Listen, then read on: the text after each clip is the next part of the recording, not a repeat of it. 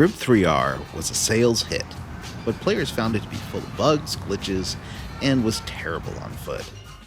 Reflections promised Driver Parallel Lines would fix everything, but it was a sales disaster. Was it any good though?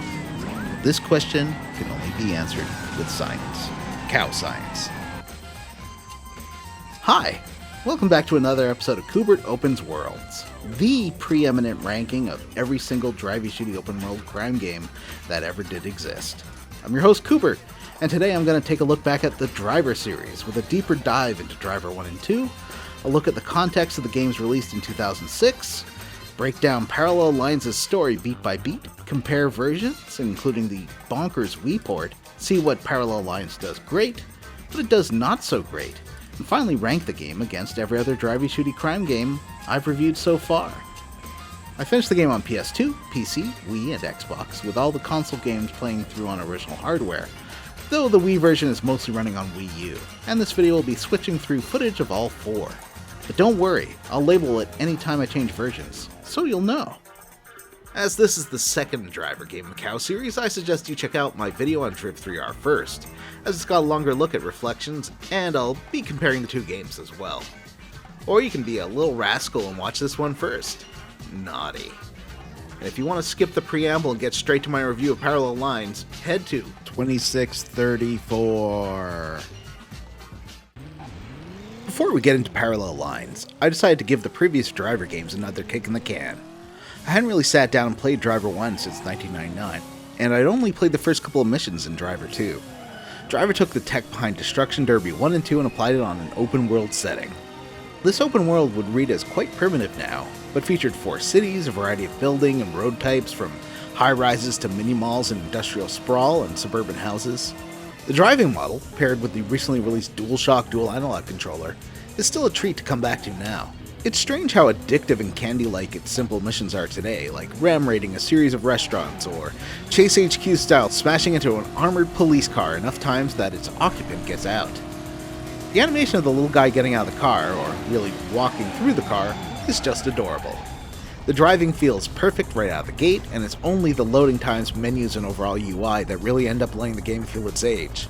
The polygonal house you look around in and choose from the undercover mode's different options and missions almost feels like a retro game's pastiche of the 1990s graphics. You have one new message. Driver 1 is British racing hard at times, but you can finish it. I can, and it's not that I'm good at video games, I'm not. I give up on Super Mario 3D Land every time I try it after I die a dozen times on one of the first levels, and it gives me that pity golden invincibility leaf that will let me clear the level without dying. I don't need your pity leaf, Nintendo. Don't put that trash on me. Let me be terrible. I figured I'd play through the end of Miami to get a refresh on what I liked so much about Driver back in 1999, and see how it holds up a quarter century later. Turns out, I still love it. Given that the second city is San Francisco, the much more dynamic chases that result, with the elevation changes causing plenty of bullet-style jumps and crashes, are a highlight of the game world. Things were smooth until I got to the mission The Briefcase, which requires that you make pickups along a predefined route, then back to Russian Hill, then off to around MacArthur Park where you meet with Maupin. Is that named after Amistad Maupin? It is very, very difficult not to get completely destroyed by the cops during this run, unless you are lucky and careful about avoiding cop contact. So I've never managed to get past this with more than, say, 10% vehicle health left. But, you'll notice it doesn't offer you the chance to save, just continue. And this means that the next leg of the mission, where you have to make a pickup across the Golden Gate Bridge, will start with you at the same damage level as before. When you make that pickup, oh boy, there's another leg back to the city after that. I thought to myself, it can't be that bad. I've done this before. But then I had a vivid flashback to 1999. When Steal My Sunshine was playing. I had wraparound sunglasses and lived inside a speaker, and I was stuck at that mission. And the only way to get unstuck was to start the game over and choose The Mall instead, a mission where you go to a mall. And pick thieves up and get them to a safe house. But still, like a quarter the length in difficulty. That's right, Driver also has branching mission paths, something I didn't even realize until this playthrough. Via the answering machine, you'll have a variety of missions you can choose. Cowboy, I got a briefcase needs exchanging, there's a card with a number under your door. Now, if you're interested, call. Come see me down Fisherman's Wharf. I got myself some sworn-off action in the trunk. Yuppie's gang are looking out for these hardies, so I need a driver who can punch it if he gotta. This disco your beat? I got a visit lined up to a mall. Should be sweet. Just short of a driver to complete the picture. I know you got what I need. This in your line? You both call me losers, and I don't see you out there walking children in nature. I always thought that would just alter the order in which you do the missions, but nope. You can select a mission path that may play out over one mission or be several missions long. So the briefcase? Not even a mission set that you have to do. It's just one of a choice of mission series for you to tackle. So if you do find one punishingly hard, check out the other options on the answering machine. This game really benefits from juggling a few saves for sure. Either way, there are going to be some missions that you absolutely have to do, especially at the start and end of each city. For instance, with Miami, you're always going to take jobs from Rufus and rescue Jean-Paul. One thing I noticed with Driver 1 in particular on PS1 is how sensitive the analog input on the game is. Early analog games, especially on N64, tended to have very delicate and sensitive inputs, which have been dialed back to less sensitive ones in modern games because that degree of control can be figuratively, but also kind of mentally exhausting. I like how tricky the aiming is in GoldenEye due to the amount of precision, but I really like it for Driver, and I think it adds to the appeal of driving in that first game. So I swapped over to Driver 2 to see how far I could make it in that one. First, I noted that its dead zone is larger, meaning that you don't have to do as fine inputs as are required by Driver 1.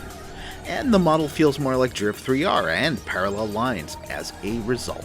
Has two tough missions early on in Chicago: follow the train and escape to the safe house. Follow the train is a fast-moving train in a series of alleys that you have to navigate, but the real last boss of the game rears its head here. You have to walk up the ramp to the train. And Tanner controls very, very badly on foot. They're tank controls, basically, with X being the walk forward button, making Resident Evil 1 seem like an easily controlled classic in comparison. Well, honestly, I do think Resident Evil 1 is easy to control. Tank controls are fine and you're all just babies, but that used up to walk instead of X. Editor's note, actually up also works, so the game has two methods for you to walk forward. On foot, it's still far too sensitive, and actually hard to manage to actually guide Lil Roblox Tanner to where you want to go. Jericho shows up at your apartment, who you might remember as being voiced by Mickey Rourke in the last game. If you can't stand the heat, get off of Mickey Rourke's sex grill. He is not voiced by Mickey Rourke here. Jericho? It's okay. I'm gonna shoot you in the head. I must admit that my lack of experience until now with Driver 2 means I didn't know that the pre-scripted chases with invisible enemies weren't just a DRIV3R thing. As you pursue Jericho to Solomon Kane's giant warehouse complex, and hitting his car does nothing. This is emphasized by the lack of a health bar for his car. At least, after that one predetermined chase, you have the fantastically inventive get out of the warehouse mission. You start on foot, and there's one of two cars there. I went for the sweet coupe that looks like the one Jericho was driving before, and now basically you have to navigate a sort of puzzle maze to get out of Kane's warehouse. It's tricksy because the exits keep getting blocked by vans and trucks, channeling you through multiple warehouses. Once you eventually get on the street, mere meters away from your destination, you'll find it's blocked by trucks too, and a death van is after you. This van is, Terminator 2 style, only intent on destroying your ride. So you have to figure out how to get around this blockade. It took me several tries to perfect this run, but essentially you have to go north, turn right, and then weave through the warehouses on the other side of the street and go around. Please enjoy this replay of the mission. Though the replay, as driver replays are wont to do, forgot that I actually did complete this level and ends with my car on fire, something that did not happen on the actual run-through.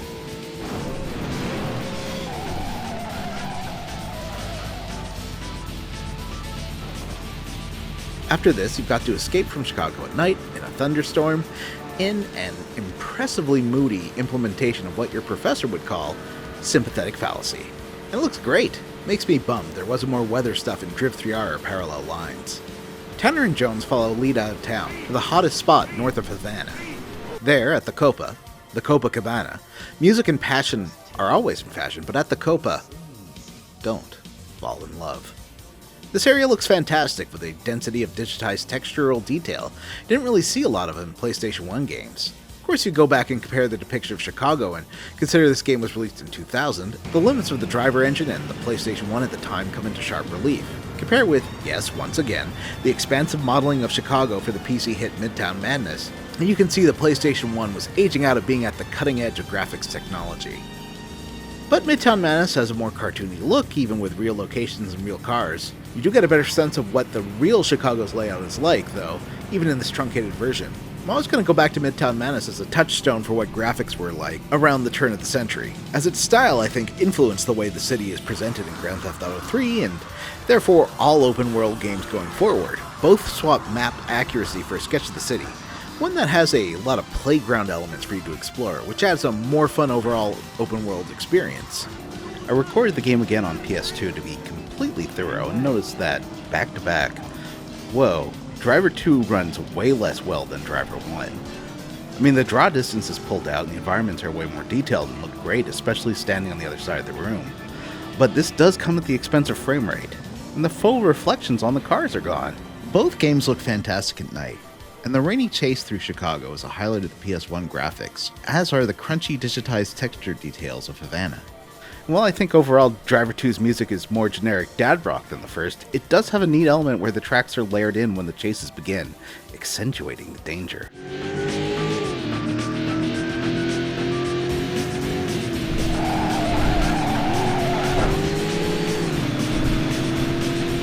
That's cool. And then there's DRIV3R. Again, you should go back and check out my cow entry on this game, where I go into DRIV3R in exhaustive detail, and there's not much more new I can share. This big budget, star-studded game may never be released again, but it's still playable with some tweaking on PC. I took the time to actually go through and remap the controls so I could get driving working on an Xbox controller, and the on-foot sections to have traditional PC and mouse keyboard controls, and it works well. It still looks a bit odd in high definition, where there's not really enough detail to fill in the blanks made by playing it at full 1080p, and at a nice locked 60 on a modern PC. Even if the game is a buggy mess, this is still peak Driver with the most money ever thrown at the series, and there's some impressive stuff in the game no matter which version you try. But the insane difficulty, glitches, and bugs, lack of anything to do in the open world, and terrible on-foot sections will always mean I can only recommend this game to those who enjoy these kind of games despite being deeply flawed. I mean, the games are deeply flawed, not the people that are enjoying the game. Well, they might be too. You have to have a lot of tolerance for the broken bullshit to get fun out of this game, but there is fun to be had. Still, it's important to be clear just how terrible this game could get on foot. For instance, playing through it this time on PC, there was a mission where you need to chase this assassin Tico around Miami. I don't remember finding too difficult on console. It starts off with you on a motorcycle and him on a boat, and you can't chase him on a boat. This game needs more boats. We're all stars now in the Seattle International Boat Show. And trying to navigate the beach means avoiding a bunch of instant fail death traps, but that's fine. After a checkpoint and a 3-minute chase, Tico pulls into a garage where, unless you cheese it, you get instantly shot to death by him or his guards. And you can't just wait outside and shoot them at long range because that garage door eventually closes. I decided that this was a good stopping point for the night, after the third death induced a sort of blind rage in me, where I became a whirling dervish, all fists and elbows. But that was a game from 2004. Let's move on to the future, the far-off time of 2006.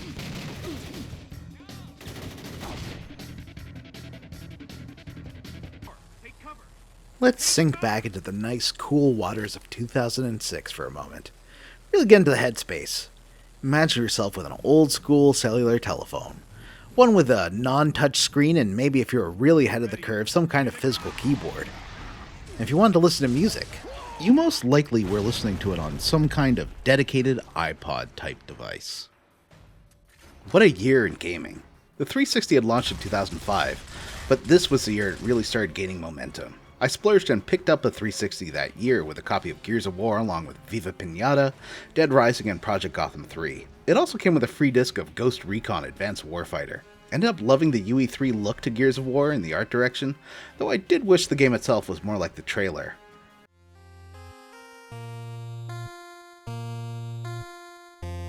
All around me are well-known faces, decrepit places, dirty faces. Early bird is doing nothing, doing nothing. And I think it's pretty funny, I think it's pretty sad. The dreams where I'm lying are really, really bad. It's pretty hard to say it, it's pretty hard to cope. When people chase their tails, it's a really, really sadder. An all-time great video game commercial that aired before movies and even got me interested in trying out the game. The commercial is an intense mood piece, and there's still plenty of melancholy to Gears of War, but it takes a backseat to having military men yell at you. I still finished it, and I played plenty of co-op, as well as doing some online deathmatch. Dom was, of course, an instant boyfriend. We have a plan to end this war, once and for all. Yeah, right. But I found the bullet-spongy enemies and your character's low survivability kind of a slog. Viva Pinata was gorgeous. A classic from Rare with some of the best cartoony visuals I'd seen to this point. It was also a game ostensibly for children that would pelt you with dozens of different notifications, cutaways, and warnings all at once that I find nerve-wracking now, even in my 40s. I assume any kid who grew up with this game is now the type to keep a bullet journal, and who has a meltdown anytime they're accidentally late for something. It does have different mating dances for each pinata animal, complete with sexy time music.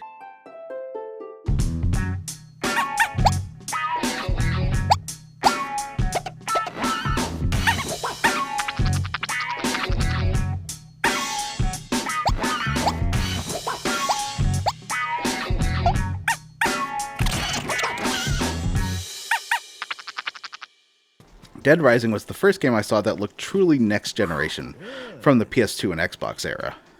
With its super detailed textures, great use of motion blur, and crazy amount of zombies all on screen at once. It wasn't a game that I clicked with right away, because I didn't understand that you were supposed to fail and start over, and it was totally okay to not rescue everyone on your first go. I have re-attempted this game later and just focused on building up levels and learning abilities, but confession time, I never actually got very far in this game. I get stressed out anytime those guys in the military jeep get into the courtyard. You know how to use this? Kinda.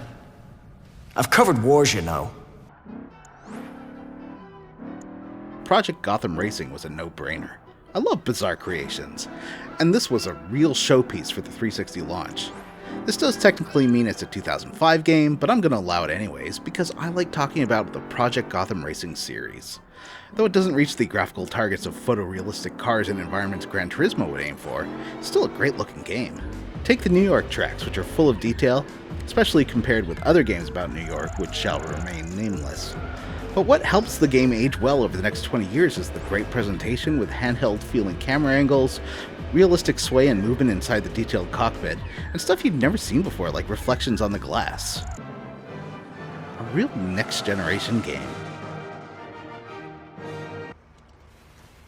Ghost Recon Advanced Warfighter was not my kind of shooter, but I played it anyway since it came with my system. I had messed around with those first-person squad shooters like the original Rainbow Six and SWAT 4, but it turns out that real-time first-person squad management games are something I like in theory rather than in actuality. I guess I'm just more of a turn-based strategy guy, but compared with any of the other games I got at the launch, it shows its age more heavily. I did trade in my GameCube to get a good deal on a 360, which maybe now in the future I regret, though GameCubes are still relatively cheap right now. But why did I trade in a GameCube? Because this fellow I was dating at the time purchased a Wii, which was natively backwards compatible with the GameCube. And man, the Wii was the it device of 2006. Looking back now with folks being generally dismissive of motion controls in the casual gaming era that the Wii introduced, you might think the Wii was terrible and a waste of time. But if you were there as a kid, teen, or adult, you have to know what a massive thing the Wii was. Unless you pre-ordered one that year, you weren't going to play it. But man, we all played so much boxing that winter, and bowling, and tennis. Wii Sports was the game that sold the Wii, and for many, really the only game that mattered on the console. I disagree, but you'll have to find out more about motion-controlled gaming in yet another series I'm going to be introducing. Bears in Motion. B-I-M. To the beam. Suffice it to say, I have a ton of fond memories about the Wii. From having an incredible time with boxing, to spilling chocolate milk all over myself with boom blocks, to building up a digital library of the games through the Virtual Console. I do regret not getting a few games while they're out on Virtual Console, like Legendary Axe 1 and 2, and the SNES SimCity. Also released this year, the PlayStation 3. The world is our stage, and we are the entertainment. Blu-ray to make everything more beautiful. Sony had built this one up so hard, and it came with an exorbitant for the time price tag. We all expected it to destroy the 360 in terms of sheer computing prowess, the same way that the PlayStation 2 did to the Dreamcast. Full HD, HDMI, Blu-ray, PS1 and PS2 backwards compatibility. Did you see that demo with the rubber duckies? Holy shit! This was a console launch where Sony suggested you get a second job in order to be able to afford it. I didn't get one on launch, but I did pick one up in summer 2007, and in what was obviously a bad omen, was very easy to source. When it came down to it, some very impressive games came out on the PS3, but it's hard to say whether or not any of them truly exceeded the sort of impressive titles that also came out on 360. And for a few years, until programmers truly got comfortable with the platform, many games launched with worse versions on the PlayStation 3. By the end, I was amazed with what Ninja Theory did with games like Heavenly Sword, with its excellent animation and good for the time facial capture, even on Bjork here. Listen to me, Kai. I want you to climb the trees and shoot at any soldiers you can see. Can you do that for me? Twang twang. Is it playtime? Yes! Jason! Or there's Quantic Dream with their impressive Heavy Rain. Jason! Jason! Jason! Jason! Jason! Jason! Jason! Jason! Jason! Okay, memes aside, it really did raise the bar for facial rendering, and it had some of the best looking environments seen on the system. Metal Gear Solid 4 I finished, but I don't think I could really tell you what happened, except there were PMCs and mechs that moved, and Raiden was a cyber ninja now.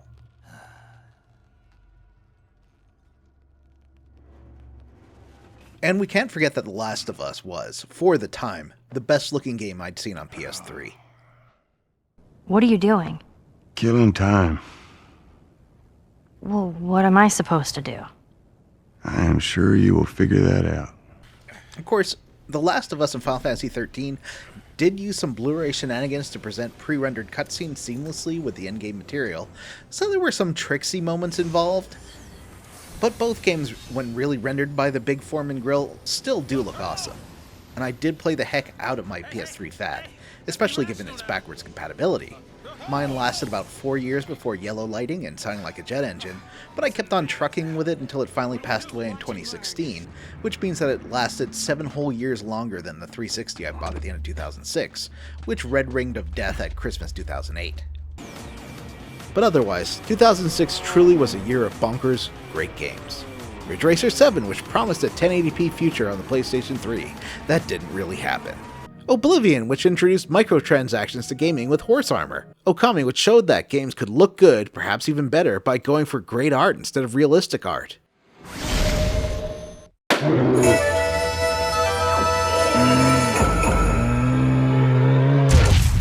Final Fantasy XII, which made sure all your characters had the floppiest hair seen to date in video games, and help you learn the truth about Deifacted Nethicite. Quite a performance. Who are you?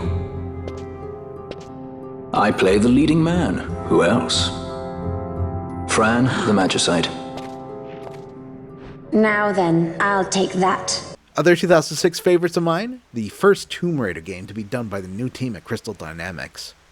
Going back now, this one is still very fun and playable, definitely worth picking up used or on GOG. 2006 also had the bizarre God Hand, which I hated at the time, but frankly might be worth covering on this channel for the sheer amount of thick fellows in leather. Maybe I'll end up loving it. That seems to happen when I give games a longer chance.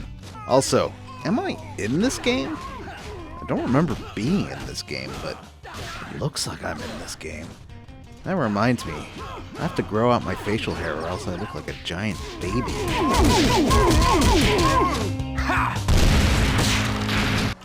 Grand Theft Auto Vice City Stories also showed up, and that's one of the UMD games I did have before trading them all in when I got a PSP Go. As it's disappeared from the PlayStation Store, I can't show you this on PSP Go or Vita, but I have picked up the PS2 version in preparation for covering on Cow eventually. I'm planning on covering all the GTA open world games from GTA 3 onwards in chronological order, so it'll show up after Vice City, San Andreas, and Liberty City Stories. Oh, and a random game I bought because it looked neat and got some good reviews, Dreamfall: The Longest Journey. I ended up loving it, even though I'd never played the original Longest Journey. Know how to go. It is here. What have you done? What have you done? What do you mean? What? The undreaming.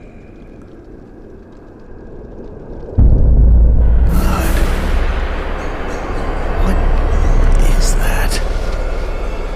What? And who could forget one of the year's best voice-controlled hybrid RTS pinball games, Odama.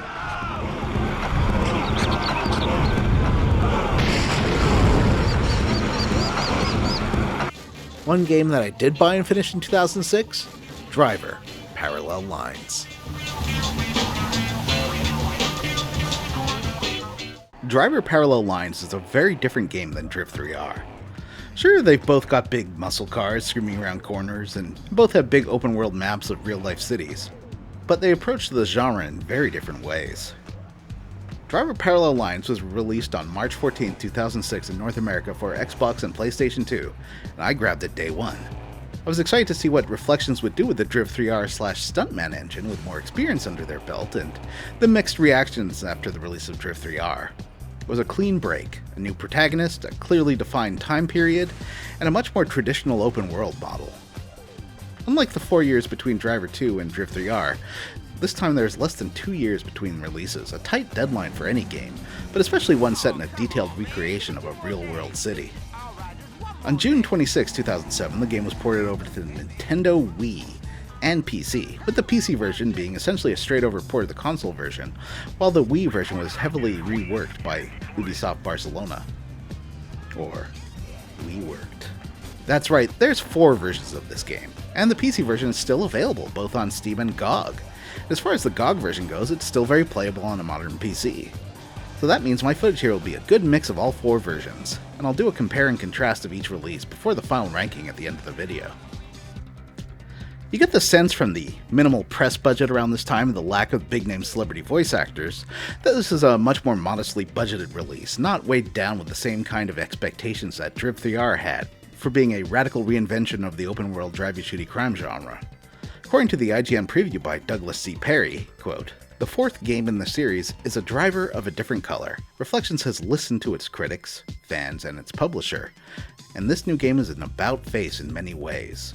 First and foremost, the longtime English developer is focusing parallel lines on driving and driving fast. 85% of the game is dedicated to the in-car experience, while 15% features out-of-car gameplay. We're told the out-of-car tidbits mostly involve switching cars rather than long dedicated segments of shooting and running. And to that we say, good riddance." DRIV3R is generally held up as a complete, buggy, unplayable mess of a game, and I can only agree with the buggy and mess descriptors, even if it's the lowest ranked game on this Koobert Opens Worlds list. And it's not a game I would recommend to anyone except those who really enjoyed the first 2 Driver games and Stuntman. But DRIV3R is still a game that I kind of liked and sometimes enjoy going back to. Each level is basically a run that you, much of the time, pretty much have to execute flawlessly. In the car, it can be a lot of fun, though it's unforgiving when you hit obstacles that will immediately stop your car in place, possibly flipping or destroying it. It had a fun selection of cars and, for the most part, controlled well. It's just that the missions were too unforgiving. With some faster loading times and instant restarts and a more Trials HD-like setup and UI, this design will work much better. Like I said earlier, the on-foot sections are complete garbage though, and deserve the expletive-filled complaints that are hurled at it. Driver Parallel Lines opens with a pre-rendered cutscene that's really more of a pop culture tone piece from 1978, which is fine even if I'm more of an in-game cinematics guy. It's a mix of stock footage, in-game art and models, and what looks like a live-action video that the producers filmed in their backyard of a model they hired to bounce around in a bikini.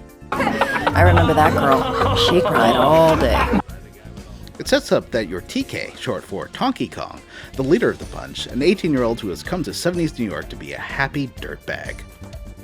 I was a wheelman, and I was the best. Get what you came for? Fucking move, kid! Tonky Kong is the spitting image of 70s-era Iggy Pop, who you might remember from such games as DRIV3R. You are introduced to him in media res as he picks up a robber, and you're immediately pursued through a fun, bloom-filled recreation of 1978's Times Square.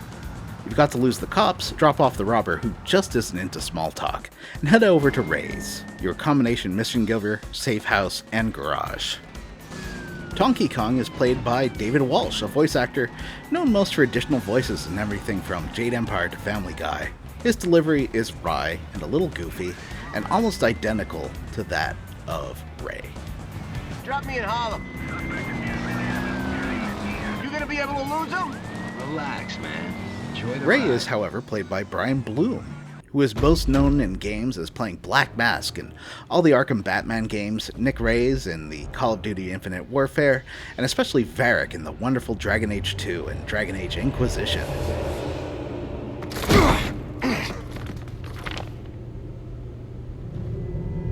I've had gentler invitations. You know, the ace-arrowed dwarf with a kink fetish for his bow Bianca. Or at least that's how I always imagined it, though technically this is disproven by the end of Inquisition. Will always have his chest hair, though. He also plays BJ Blazkowicz in the recent run of Wolfenstein games, The New Order, The Old Blood, The New Colossus, and Young Blood. Ray is a former racer who had to retire after being injured, and also just happens to be the player character in the 2007 prequel game Driver 76, following his adventures romantically pursuing the daughter of a triad leader with his bestie Slink. Speaking of Slink, voiced by Jeff Brown, best known for his role as Slink in Driver 76 and Driver Parallel Lines, you meet the famous Slink, and if you were to imagine what a character named Slink looks like and acts like in an open-world drivey-shooty crime game set in the 1970s, you'll pretty much get the picture of who Slink is. Slink is animated like a black-styled character from Fritz the Cat. First thing, let's check you got the basics down, not you got yourself cornered by some mean-looking barrels. Squeeze the trigger, don't go snatching at it. Which may seem racist, but also everyone else in the 1970s is animated this way, with a far-out, exaggerated stride. It is another drop in the why do humans in the real-time generated cutscenes of driver games move so weird bucket, but at this point I'm pretty much used to it. Slink suggests you grab a beat-up car for him and fix it up, showing you the general quest mechanics, navigation around the fairly hefty New York City map, and a tutorial on painting, fixing, and customizing your cars. Let's talk about presentation and gameplay here for a moment. It's a proudly 6th generation game, and not one that's pushing its machines to the breaking point with snazzy visuals and effects like True Crime New York City. You do get a ton of bloom, buildings textured from photographs, not a ton of accurate local detail, but a good shine to the vehicles, and a nostalgic orangey warm tone to the city. Okay, there are 2 things that I remember about my childhood. I just don't remember it being this orange. I do enjoy the loose nature of the vehicles in Driver Parallel Lines. While some of them are so tail-happy that just turning requires care, especially the big SUVs and trucks, for the most part they're pleasantly tuned. Traffic is dense, notably so for an Xbox/PS2 game. While in the previews, the developers did say up to 80 vehicles can be on screen, there's often a good 10 to 20, which rivals a lot of later 7th generation 360 and PS3 games. On PC, traffic density is part of the performance toggling. I cranked it up to maximum just to see how rough it is. Honestly, it's not too bad. One smart thing that Reflections did in designing the traffic flow in this game is usually, though not always, it leaves you with a free lane to weave through, so you're not constantly stuck in bumper-to-bumper traffic. Gridlock can happen on occasion, especially when there's a cop around and you don't want to be nabbed for going on an off-road adventure and speeding around them. Actually, let's talk about the police AI for a moment, since police chases and stealthy driving around cops is such a big part of this game. Theoretically, police can initiate a chase with you and start filling your naughty crime meter for traffic infractions, including speed, dangerous driving, like hitting things in other cars, going against the flow of traffic, hitting pedestrians, and running red lights. I've tested this out quite a bit, and it seems like this works sometimes. They'll pretty much always chase you for going over whatever the speed limit is, I think around 50 miles per hour, but on PS2 much of the time I could just do donuts in front of them, and if I was going under 50 it was fine. Same with running reds and going against the flow of traffic. On the other hand, on PC, they seem to be hyper-vigilant of all the traffic rules. And then randomly towards the end of the game on PS2, I got a couple of times with dangerous driving, so who knows? It's not consistent, at least on PS2. What is interesting is that while you're inside a car, it's the car that gets the police attention, not you. However, if you're on foot committing crimes, like say shooting people or walking around with your gun out, it's you that gets the police attention. Also, if you leave a car in the middle of a chase, all this police wanted level will attach to you instead. But if the police aren't actively watching you, you can change cars while the car is wanted, and this clears your wanted level immediately. Police sightlines are a bit weird. They can definitely see through buildings if you're hiding on the other side of one, but in their cone of attention. But as long as you're out of it, even if in real life you're in their line of sight, you're fine. It can be fairly forgiving a lot of the time, even if I do say something like, "Oh come on," when one catches me right on the edge of their cone or through a building or something. The cops are also much better than drivers in DRIV3R, generally able to initiate chases and tail you doggedly, though once again they lose the plot completely the second they go off-road, which is a welcome break, but also pretty funny. This can cause problems in a mission later where you're supposed to have a cop tail you into different areas, but we'll get to that. Unless they get into a mishap, and accidents do happen, you're going to have a hard time outrunning the cops without tearing off into an alley or off-road, unless you're driving something very, very fast. So after fixing Slink's ride, he installs a CB radio into your car and gets you to prove yourself through a variety of tasks. He's got you to hit speed gates at increasing targets from 70 to 80 to 100, and then he brings you to an old warehouse where he hands you a revolver and guides you on this game's aiming and lock-on systems. These systems are fine. Not great.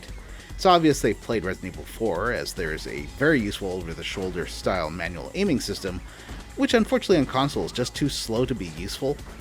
There's the lock-on, which does work better than those in the Grand Theft Auto series, but barely. Like both games, it becomes unusable at close range or when enemies walk around you. However, it does offer a handy way to aim at a car ahead while driving, which works better than any other console open-world drivey-shooty crime game peer at the time.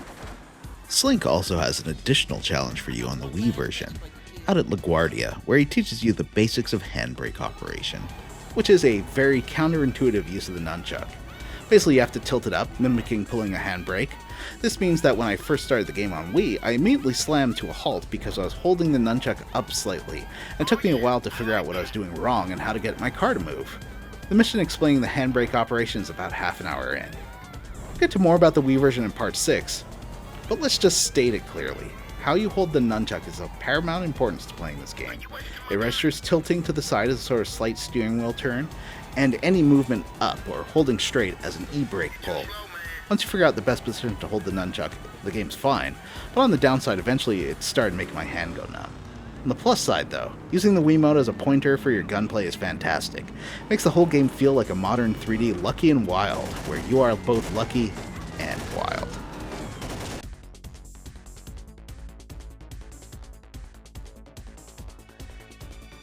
You can get a similar feeling, of course, by opting to play on a mouse and keyboard in the PC version. So I do find myself toggling between both control methods playing it on a computer. Next, you got the mission Pay Ray. Ray asks for $1,500 to help pay the bills. This is done through a series of odd jobs that you can take around the map, such as the loan shark gig, where you chase down folks owing a sketchy loan office money, but you don't kill them. There's also races at each of the 3 racetracks, which are split into easy, medium, and hard. Reviews at the time panned the race modes, noting that this shows the driver engine is very much not made for a racing game, but I disagree. These play like the Demolition Derby games Reflections made back in the 1990s, though without the 20-odd amount of other racing cars. While you get instantly disqualified for taking your gun out, there's nothing in the rulebook against smashing the heck out of your opponents, and one raceway even has an X crossing which makes such collisions almost inevitable. Ray has 3 garages, one in the Bronx, which I should emphasize is a different place than Brooklyn, and I have no idea which of the 2 I've been to, but I've been to one of them. The other two are at LaGuardia by the airport and in New Jersey. Fortunately, you can fast travel between Ray's garage locations, which saves some commuting time. On PS2, Wii, and Xbox, you can't fast travel to and from the garage or to any other locations, but only fast travel between garages and later your safe house. On the PC, for whatever reason, you can fast travel to any mission or activity on the map, which is very handy, as getting around the map from location to location can easily take 5 minutes or more if you're trying to be careful and avoid police attention.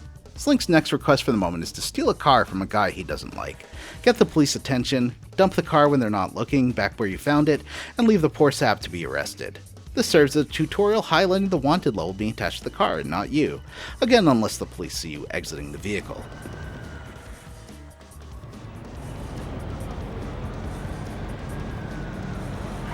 Oh man, my car! Down on the ground! On the Wii version, this comes before Pay Ray, but adds a final section to the quest where you deliver drugs you stole from the car. Slink then gives you 3 missions to go through for him, which leads into the framework of parallel lines. You're introduced one by one to different quest givers, and they give you 3 missions to do, and then usually a final chapter ending quest that summarizes your objective. You do have to do all 3, but you're free to take them in any order you choose. Slink's mission Repo Man lets you act as a repo man driving a tow truck around collecting vehicles, repoing them from various men. And I enjoy this one a lot. I've said it before, something about using a tow truck in these games is weirdly fun, even after folks get mad at you for maybe accidentally stealing their car a little. Driving a tow truck around town with the lights on makes me feel like a big boy, and having the car trailing like a pendulum makes for some fun driving too. It helps that the tow truck depot is on the far side of a park in, I want to say, Jersey? So you can cut through there to lose any angry car owners chasing after you. This becomes a minigame available on the map later, so you can feel real big and strong and important and make those lights go anytime you want.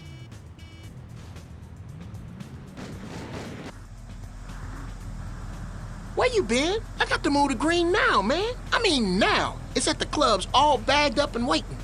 Sure, Slink. I'm on it. On Bread Run, you're acting as a courier for Slink, who is behind on some important payments. All that there is to this mission is stopping at each of Slink's funky rabbits and picking up the cash, though rival gang members will attempt to stop you from this. This may be the single most forgettable mission in the game, especially in as much as I forgot about it.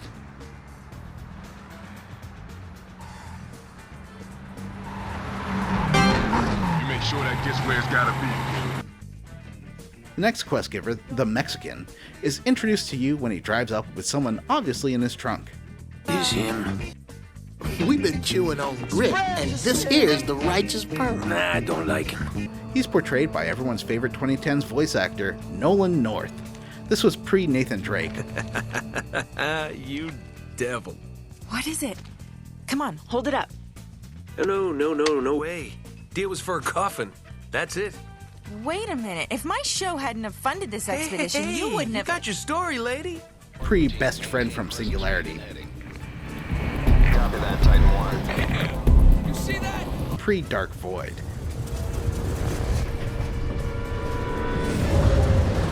What the hell?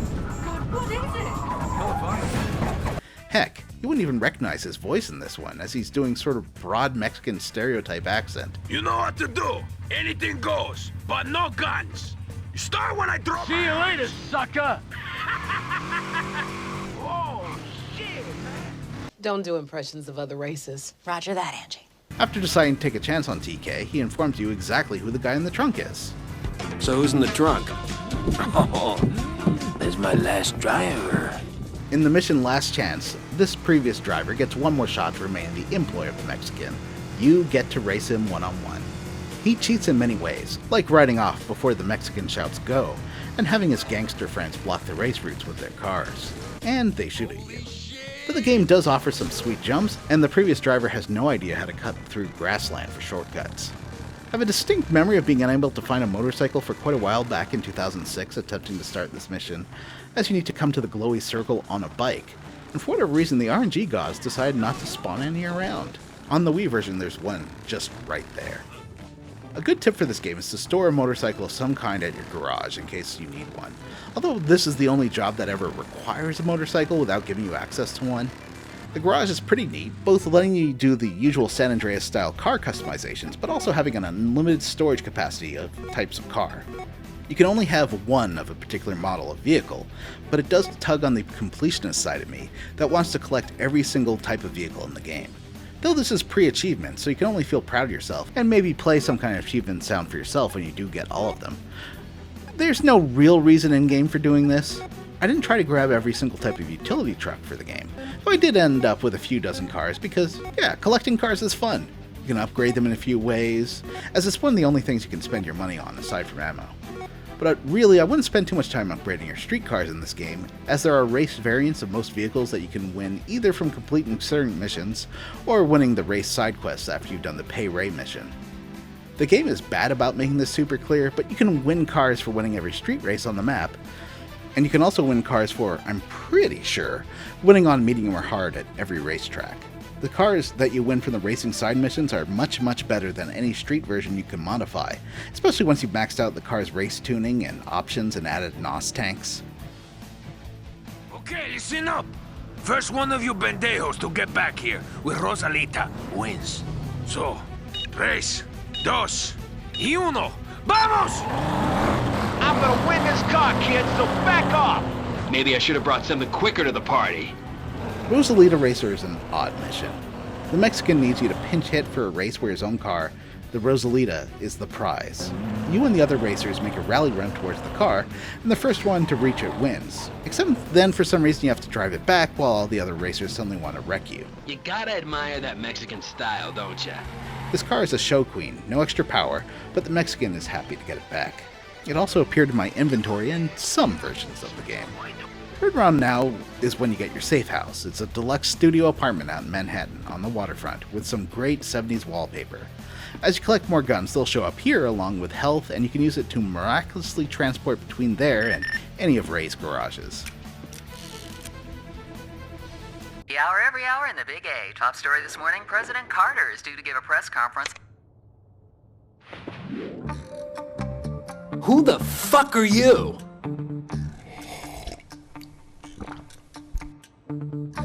Bishop.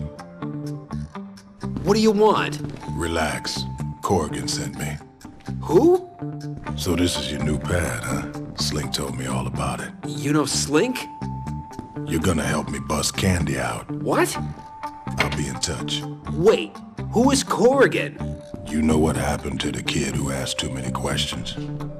No. Bishop is voiced by Rodney Salisbury, who has been doing small parts in everything from Taxi to Chips and played Anthony Walker for a stretch on The Bold and the Beautiful, while also doing a ton of game and cartoon voice work. He's still active today. Paddy Wagon is the first mission of what becomes the narrative arc for the game. You wake up staring at Bishop, a man you've never met before, in your swanky new 70s bachelor pad. You're going to help bust Candy out of prison, Candy being the ideas guy behind their criminal empire. By help, we mean pretty much do every step of the process. First up, hijack a prison van. This is also the first real challenging mission of the game. I can't offer any real advice for it. I can only tell you what did eventually work for me. Bring a fire truck. I tried it with modified and reinforced pickup trucks and other utility vehicles, and that didn't really help. The sheer mass of the fire truck, now that sends a prison van flying.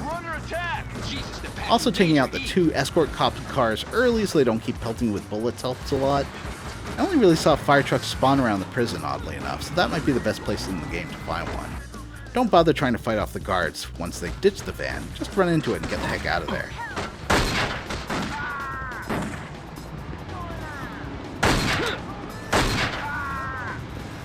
I got no medical.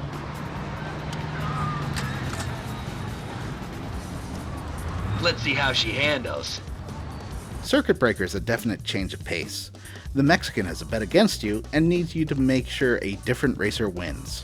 There's a couple of ways of accomplishing this. You'll need a race level car to start with, so definitely spend enough time upgrading your vehicles enough to win a race car through winning a medium race.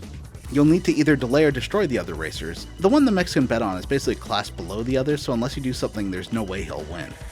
Once he's improved a position, he's pretty good about not letting another racer return out to the front, though you might find it easier to just hit the opposing racers enough that their cars catch fire and crash out. And while the Mexican tells you to do whatever it takes to make the other guy win, it turns out this doesn't mean pulling a gun. That, as in all races, disqualifies you immediately. Don't forget to grab one of the Serrano racers from the pit lane if you don't have one, or if you've just trashed the hell out of your car. That will remain with you once you've won the race. You want to take her for a spin? Sure, let's see what she can do. You won't regret this, mister. It's a beautiful car. Turning the Screw is one of those missions that shows up at least once in every open-world drivey-shooty crime game. You pose as a buyer for the car that this guy is selling. He's a guard at the prison where Candy is being held, so you need to scare the crap out of him in order to get him talking. Is your kind of car, mister, huh? At first he cajoles you into driving faster, but once you start really racing, he retracts that, and then asks you to slow down. Hey, mister, watch the speed signs. It's only once you start asking for details about his job and shift changes that he realizes what's going on, but the dialogue programming for this mission sort of forgets that he knows you're there to scare him. Now, I'm gonna ask some questions, and you're gonna answer them. Got it? You maniac! Good. How many guards are on kitchen duty on the day shift? Shit! I don't know, 6, sometimes 8 at changeover time? And once you slow down and then start driving fast again, he acts like you're test driving the vehicle for purchase. You mind slowing down a little? Found this one tricky on Xbox and PS2 and easy on PC and Wii. The higher frame rate makes weaving around the traffic easier on PC, and the reduced traffic on the Wii version removes any difficulty from getting this one done. Second question. Are they heavily armed? What do you think? They've shotguns. Slow down! Hey! Who are we racing? Airmail is pretty much just that one mission from GTA 3 where you're in a boat and the plane is dropping its cargo and you have to pick it up before the cops get you. Except this time you're on land and riding a motorcycle. Things get more complicated when you get to the last box, which is on top of a building surrounded by cops. It's not entirely clear at first what you're supposed to do when you get there, but if you shoot a cop by the fire escape, a barrel blows up and then you can ride that to the top of the building on the second floor, where you have to do some indoor jumps back out to the top and then race across to the next building to get the package. Once you understand what the game's asking you to do, it's pretty fun. Just don't miss your jumps or you'll get bulleted to death.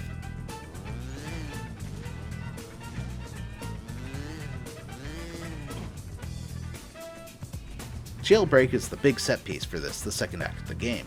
Using the police van, you make your way into the jail with the help of the previously scared and now bribed prison guard. I'll tell him you waved the gun in my face and tore out the phone. Get going! Then you switch to a bulldozer, which does immediately have every guard in the place shooting back at you.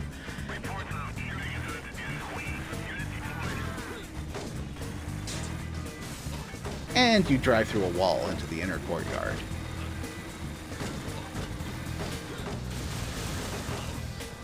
Head in through the door to Candy's block and get your first real shooting section of the game. It's not great. You have to take things basically one encounter at a time, lose most of your health, backtrack or sneak over to the next medkit, and keep going.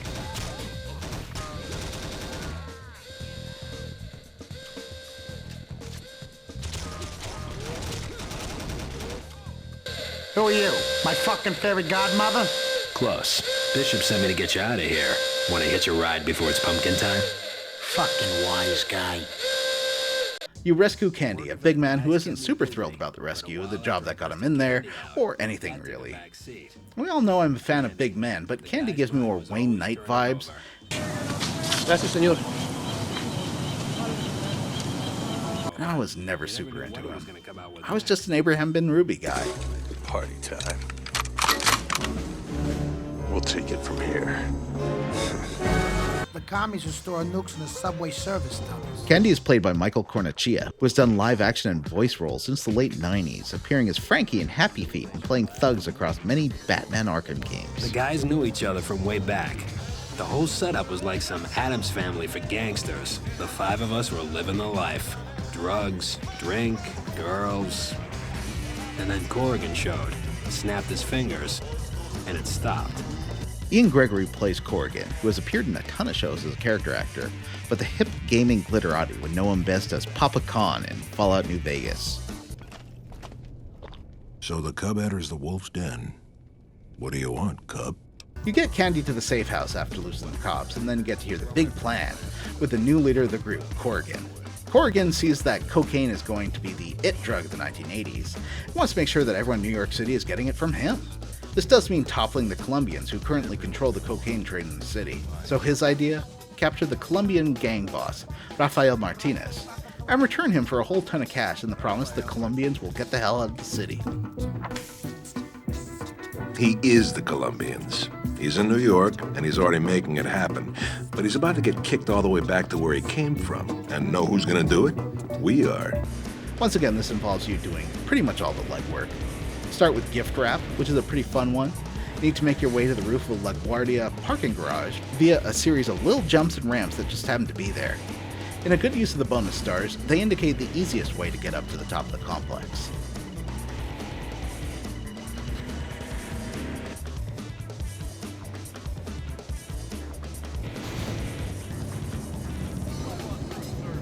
Nice and easy through the barriers. You have to be subtle and go in and out with the stolen Colombian cartel SUV real cool. What's that rule? Play it cool. Then drive it across Queens, Jersey, Brooklyn, I still don't know, to get to the garage with a time limit. Just drive on through, buddy. Job like this, we can do it while you wait. Get a bomb planted in the vehicle, and get it back to the parking complex, again with a time limit, with no one being the wiser. Really, this just involves driving slowly and not getting the attention of the cops or smashing up too badly, but it's still fun. Obliged.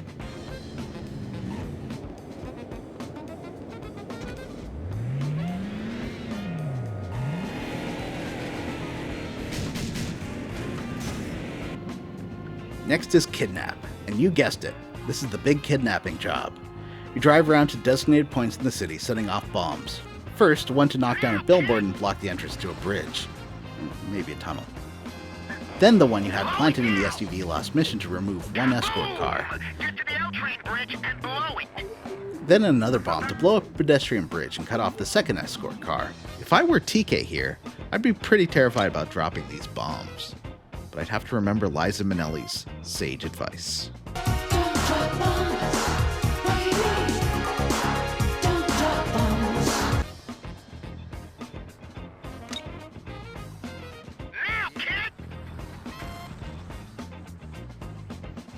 Finally, blow up a gas truck to divert the Colombians' route, so they end up trapped in the planned kill zone. You have to blow the gas tanks now. We're running out of time here.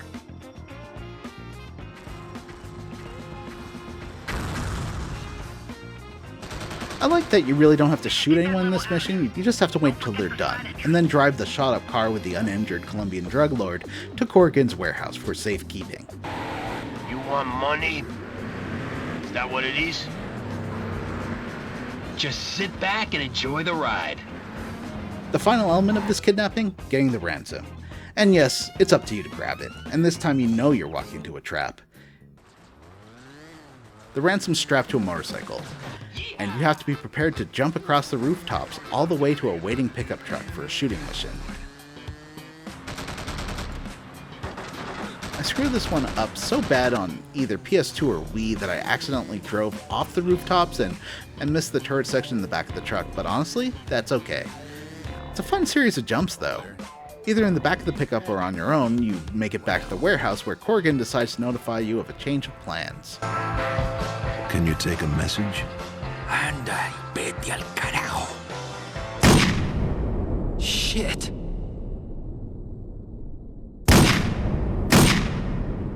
Change of plan, kid. Sure. You see, he figures it's a good idea to just kill the Colombian drug lord anyway, and then also you, so that someone could be pinned for the whole business. What's going on? Cops are gonna need somebody in the frame. You're it. Me? Wise up, kid. You're nothing. You're nobody. Who gives a fuck?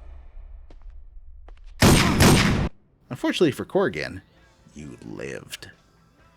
Unfortunately for you, you go to jail for 28 years, which means time skip. Corrigan was a cop on the make. He and the others had figured me to take the heat from Martinez. Soon as I could stand, I went on trial. I got 28 years in Sing Sing. 10,227 days. I didn't waste a single one. When they let me out, I was ready. It's 2006. Bikini girls dance in the backyard and you get a montage of modern-day New York City, though the stock footage used looks like it's from 1992 at the latest. The first thing you'll notice about 2006 is that everything is blue. It's true, during the post-9/11 Bush years, everything in the US got really blue and contrasty. TK is greeted by Ray outside the prison, and you'll notice a few things. Donkey Kong's hair is somehow even grosser. He's now wearing Guy from Akira sunglasses, and at least now that it's 2006, he doesn't walk in a weird, exaggerated swagger anymore. Now, I did save the time shift as a bit of a surprise for those who haven't played the game, but it was an essential part of the game's trailers and advertising. I think it would have been neat as a surprise, but I can see wanting to show off the two different eras of the city. There's a lot of changes. Cop cars are more modern, though they look sort of European. The Twin Towers are gone, there's more SUVs and compact cars. It has off-brand versions of two popular newly released cars from 2006, the Chrysler 300C and the Mercedes CLS. Both were Mercedes variants. The 300C came from Mercedes' acquisition of Dodge, Chrysler, and Jeep, and was based on a modified version of the E-Class platform, while the four-door coupe was a styling hit for Mercedes back in 2006, even if it kind of looks like a big long slug. Who wore it best? Both BMW and Audi have hit back with their own sluggy cruisers, and frankly all of the big Audi sedans these days have a styling that harkens back to this vehicle, as does Mercedes' own EQS. Of course, both are touchstones for the big V8 sedans that driver is known for. Some of the other cars are pretty obvious in their inspirations. There's a blatant TVR knockoff that's tricky to actually find on the map, what could be a Mitsubishi 3000 GT, and perhaps what could be a Bugatti Veyron alike that I've only ever found during the last mission of the game. There's a distinct shift in the narrative style of the game too. The saturated nostalgic 1970s was very inspired by Scorsese's Taxi Driver, as well as Across 110th Street and even The Taking of Pelham 123, classic 70s New York crime cinema. With the switch to 2006, it feels more like the series of middle-aged man revenge movies that came out in the late 90s to early 2000s, like the Stallone Get Carter remake and Payback. There's also a hint of Michael Mann to the languid pacing of the cutscenes and stark blue hues. The tone is a lot darker, and Donkey Kong is now focused entirely on getting revenge on those who set him up. You start pretty much right out of the gate with the Mexican, who has hit hard times, is struggling with addiction, and works at a peep show arcade. That's him. Uh-huh. Yeah, he works Midtown. Some kind of arcade.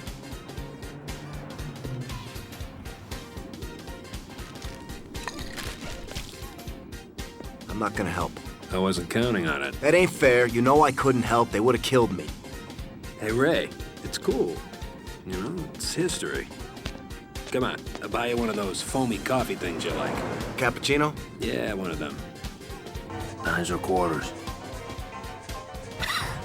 There ain't no money here. I didn't come from money. Shit, man. I don't know you. You just don't remember me.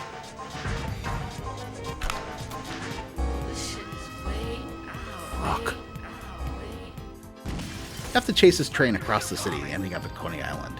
This chase on every version took a few tries, as you don't really have much of a choice of the vehicles around the Peep Show arcade, other than what shows up. This is one chase where speed definitely matters, as does off-road ability, as the shortest point to follow the train quickly is under or around the tracks, where for some reason residents set up a bunch of cool jumps just for funsies. Once you get to the amusement park, you'll find that I guess he still has a gang of buddies who will get murdered for him. That's always nice to see. Like, sure, you might be down and out, but you still have your friends. Friends who will rush at a gunman one or two at a time and then help you in your boss fight as you absorb bullets like a sponge. Just inspiring. This is, of course, the first real boss fight of the game.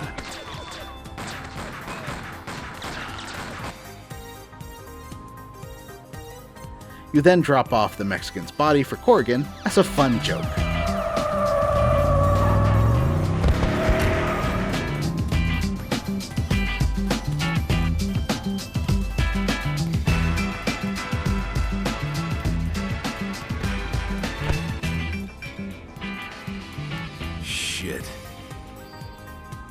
Ray sets you up in a meeting with Candy's right-hand woman, Maria, making it 2 driver games in a row with a strong Latino woman, neither of whom ever become love interests.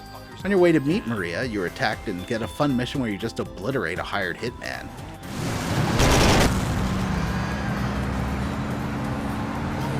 That's what I'm talking about! You finished? Want to go meet this girl or not? Let's go. Maria's at the slow motion shooting range, where you discover that she's a no-nonsense woman who gets what she wants. You can tell that absolutely no nonsense was involved in her life. Her parents tried to get her to watch Sesame Street as a child, and she said, "No, this is nonsense. I do not want nonsense. Please switch over to the McNeil-Lehrer report." Maria is played by Claudia Catalina, whose only acting credit is this game. Nonsense aside, she has a series of jobs for you. Maria's missions start out with Guardian Angel, a switcheroo mission that starts about getting an expensive motorcycle but actually turns out to be an ambush, where the storage unit you're in is surrounded and you have to get out of there. Fortunately, there's a park nearby and these guys once again cannot drive on grass. One thing that bugged me throughout recording 4 hours of playthroughs for this game was how the sound of passing cars at high speed sounds like water glugging.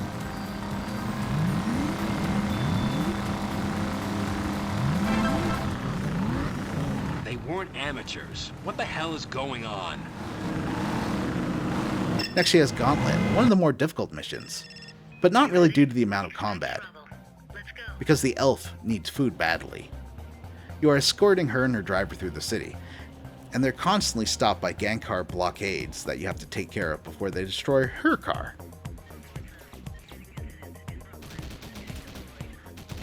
This mission showcases the absolutely bonkers allied AI, as she will run you off the road very easily and tends to like to park next to someone shooting at her car. Although I guess she's not driving. So her driver Manny does. The difficulty with this mission comes with keeping her alive, as every roadblock has medkit around, so keeping yourself alive is relatively easy. But you have to babysit her while also not getting your car destroyed by her Mercedes CLS. I tended to keep this simple by swapping out vehicles with one of the undamaged gang cars at each roadblock. I found the point where Manny dies, and you have to run over to her vehicle to be the most difficult portion of the mission, as she's just sitting around and soaking up damage from all sides.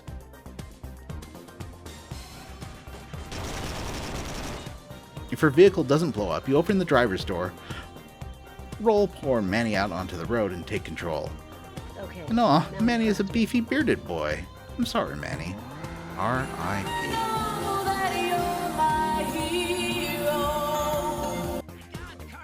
Around now you get a set of Slink missions. This time they're not jobs he's assigning you, but instead jobs about destroying his life. Let's look at Rush Hour, the first of Let's Wreck Slink's Shit missions. This might be one of my favorite missions in the game, as it really does feel like classic driver mission design. A package full of Slink's drugs is cleared custom, and Slink's rented 4 identical cars to throw off anyone looking to bust his deal. You've got to track down each car one by one, take care of the driver, and then check the vehicle to see if it's the one you're looking for. It's always going to be the 4th one you try. The mission feels like classic driver due to the lack of police chasing you, the general lack of gun battling until you get close to possible drug cars, and manic pace you have to take to get to every possible vehicle within the time limit. They spread out all over the city, though by the end they all converge in just 2 loops around Manhattan, meaning that you don't have to make a 4-mile trip between the second to last and last car. Their locations are revealed to you on the map by a bribed rental car official who has planted trackers on all the cars, but he has to stop tracking them as soon as his boss comes back, giving you a 12-minute time limit. Wrong car. You're gonna have to chase one of the others. Go! At that point, all the possible cars disappear off the map, though if you're in mid-chase of the last one, you can still continue to chase it as long as you don't let them fire out of your sight.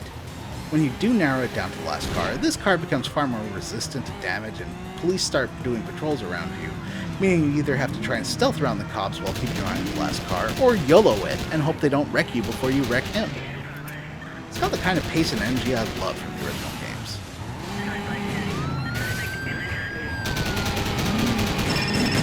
You got it, about time.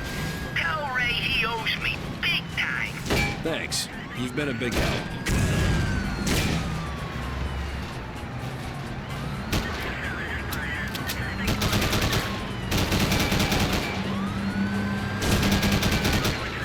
Ram Raider, another Destroy Slink's Shit mission, has Ray present you with a Mad Max-style armored TVR, which you can use to ransack 3 of Slink's adult stores. This is another callback to a mission style you first saw in the original Driver, smashing through various restaurants. But the extra element in this one is that the stores are full of armed guards. You have to destroy almost every window and rack inside before you get locked in by the closing shutters. You can still continue this mission if you do get stuck inside, but your lovely TVR vehicle will be lost forever. The trickiest part of this mission is actually after the end of it. You have the chance to drive this armored car back to the garage to save it, but only if you can elude the gang members enough to get it there. I only managed this on Wii. On the PS2 it was wrecked on the way home, due to it being extremely susceptible to flipping.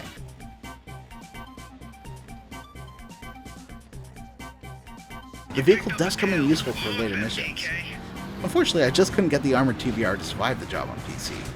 Really, that was a cavalcade of errors. I tried sneaking off after the last adult bookstore through the park a few times, only to again experience the flipping issue. Also frequently, TK would just get murderized on his way home with the slow health drain from the shooting. I guess Ray may not have done the best job armoring this. I figured the best plan was to book it to Ray's garage as soon as possible, since I seemed unable to lose the pursuing foe Escalades. But even this decision was fraught, especially in this final destination instance of trying to shoot the driver and exploding the truck, which ended in a TK-shaped smear. I loudly declared, "What?" after that one. But I did eventually succeed, after losing one of the two gang Escalades in the park and stopping the TVR by the garage so I could grab the health kit and shoot the two remaining drivers. The first one went down very easily, but I guess my shots were too wild on the second, and his Escalade blew up. Yes, I completed the mission.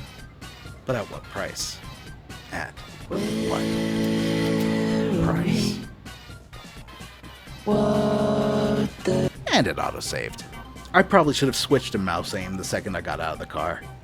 Now, wrecking Slink's business has caused him enough grief. TK pays him a visit at the Fuzzy Badger or whatever. Neon Stoat? Paisley Sable. Anyway, in a rather Tarantino-y scene, Slink assumes you're his stoner bodyguard Roost, and when he realizes you're not, he tries to talk his way out. How about that ass, Roost? Change of plan. Motherfucker! It was you been messing with my shit. You're not looking good, Slink. Hey, great to see you, man. Shit, you been working out? You still driving? Been a while, huh?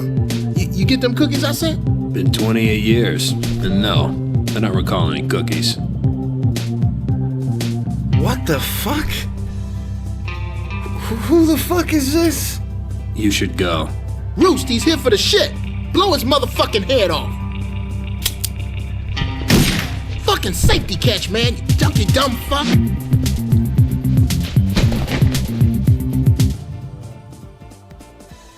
This crazy motherfucker's back. So now you've got to chase Slink in one of his gang Escalades. This was a painful experience on PS2 and a very quick one on Wii. Once again, the bosses are bullet sponges, even on Wii. With the increased difficulty on PS2, I found myself getting shot or blown up before knocking out Slink's truck, especially if I got out of the car. Don't get out of the car is my first piece of advice. It also gives you a narrow leash before it declares that Slink escapes. What I found worked best was loading up on guns from your safe house. I'm about to get Daytona on your monkey ass. Oh, and speaking of the safe house, no one has decided to take this place from you, so it's been abandoned and is derelict, with some video game graffiti, most notably Tanner Lives. It's still where any new weapons in this time period show up. You may also want to buy additional ammo from one of the garages. Shellshock is one of the selection of missions to harm Bishop's businesses, and it starts as a simple hijacking of an SUV that's filled with explosives.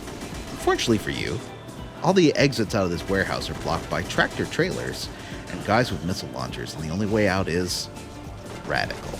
Oh no! Looks like we're gonna have to jump! Then it's just a matter of losing the tail or killing them, whatever seems fastest to you.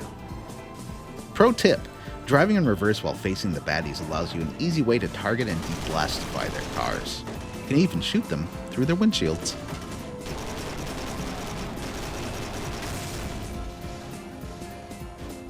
Gatecrasher is a good idea for a mission that's marred by very poor AI pathing. Bishop has been doing a smuggle, and there are 2 locations you need to get shut down. Instead of taking them out yourself, which probably won't be possible in the very tight time limit, you have to build up the felony meter and then lead the cops by the nose to each crime location.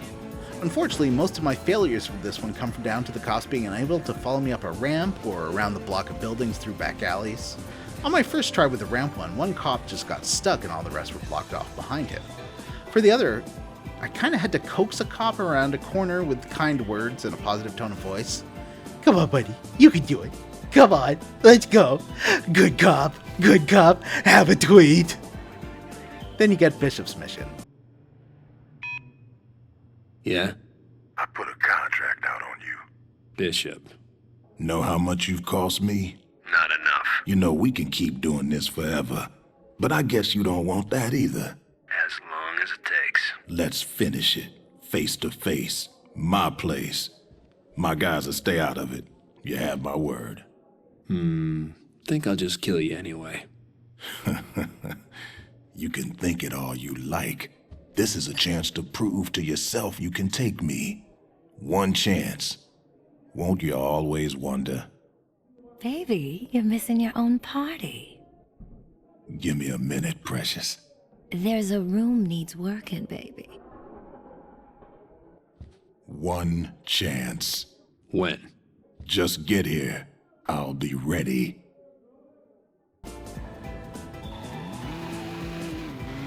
He calls you from his luxury estate and then requests that you head on over and can finally see who will kill who. Now, he does promise a fair fight.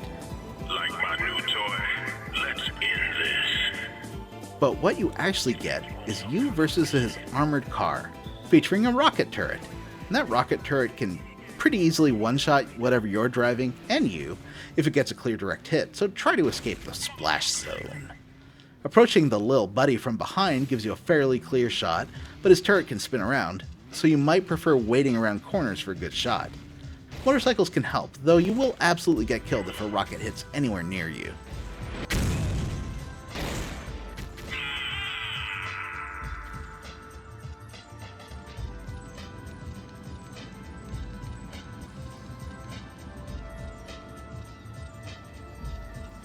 Now back to Maria, for her final mission, riding shotgun. Maria has to deliver an exotic sport bike to a client and it's on the back of a truck. It's another back-of-the-truck turret-style mission where you're defending the truck from attacking rival gang members. No matter how well you do, the truck will eventually break down and you do have to drive the rest of the way yourself. Fortunately, the bike is very fast and getting there is easy.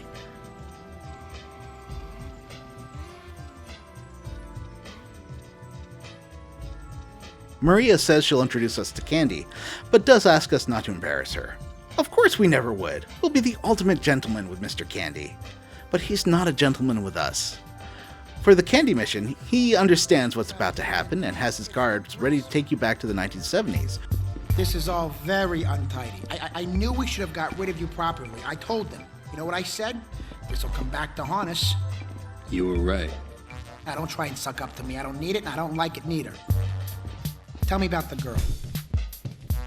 Why's she helping you, huh? You screwing her? Maria's not involved. Bullshit. She's working with you. You know what? I'm gonna kill the bitch.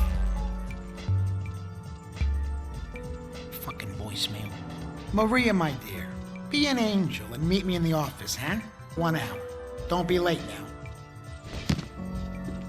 Remember the 70s, the music, the parties? Didn't we have fun?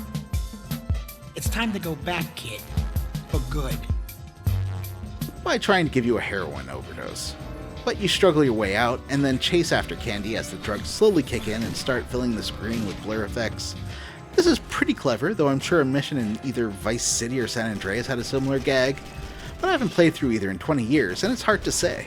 Candy won't get out of the car, so in this case just blowing up his vehicle is enough. And that's Candy out of the picture. The last chapter of the game unfolds in probably its best pre-rendered cutscene, as a camera implies TK is being watched from the outside as he enters his apartment. He walks in and, oh no, Corrigan is there, and Ray has betrayed him. Where's Ray? Right here.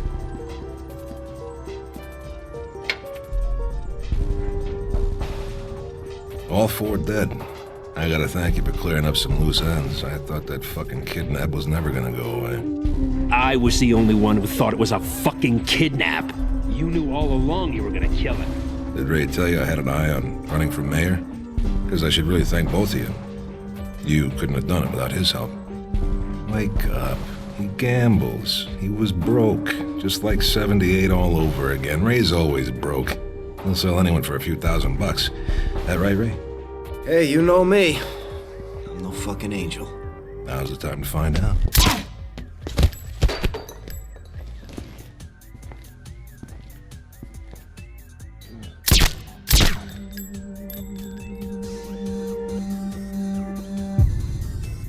Fact of the matter is, I really should have done this right the first time.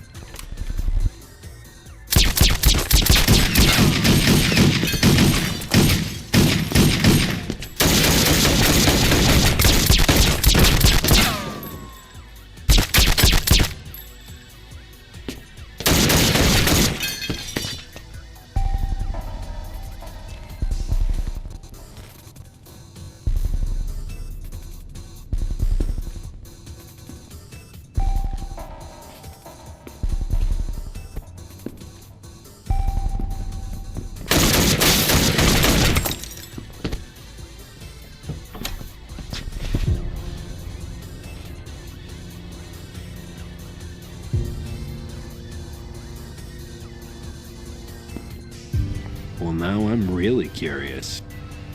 My father was Rafael Martinez. I've waited all my life to find who killed him. Now I know who's on my list. Am I on that too? That why you're here? Right now, you're useful to me. Maybe. But how are you gonna be useful to me? I can get as close to Corrigan. I want him dead as much as you do. More. Maria, our abbey is not to be used as an escape. What is it you can't face? So you two are going to work together, figuring out how to solve a problem like Corrigan. But of course, there's 2 more missions first. One involves taking out all of Corrigan's private security and homewrecker. To get through his gate, you'll need a limo, which Maria has arranged to wait for you. But oh no! It's being driven to the police station! You have to kill the driver and his police entourage, and drive the smoldering wreck back to Corrigan's immense estate. He's the chief of police now, you see, or commissioner. Maybe both.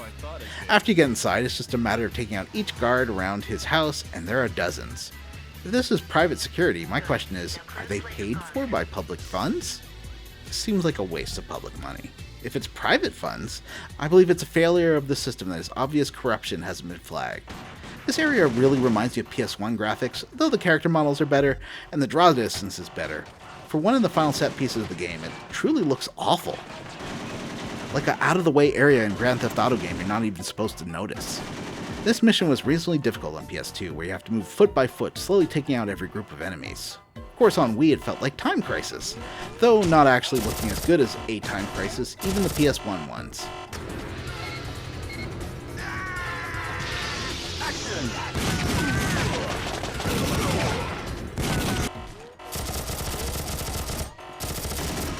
Now you've dealt with his home, you need to take out his work too. This means going into the bear's cage. In the mission, the bear cage. I went to the bear cage once. It had a huge darkroom between both bar and dance areas. Anyway, so you have to do a bit of a police station invasion, the Getaway style. Who did it better?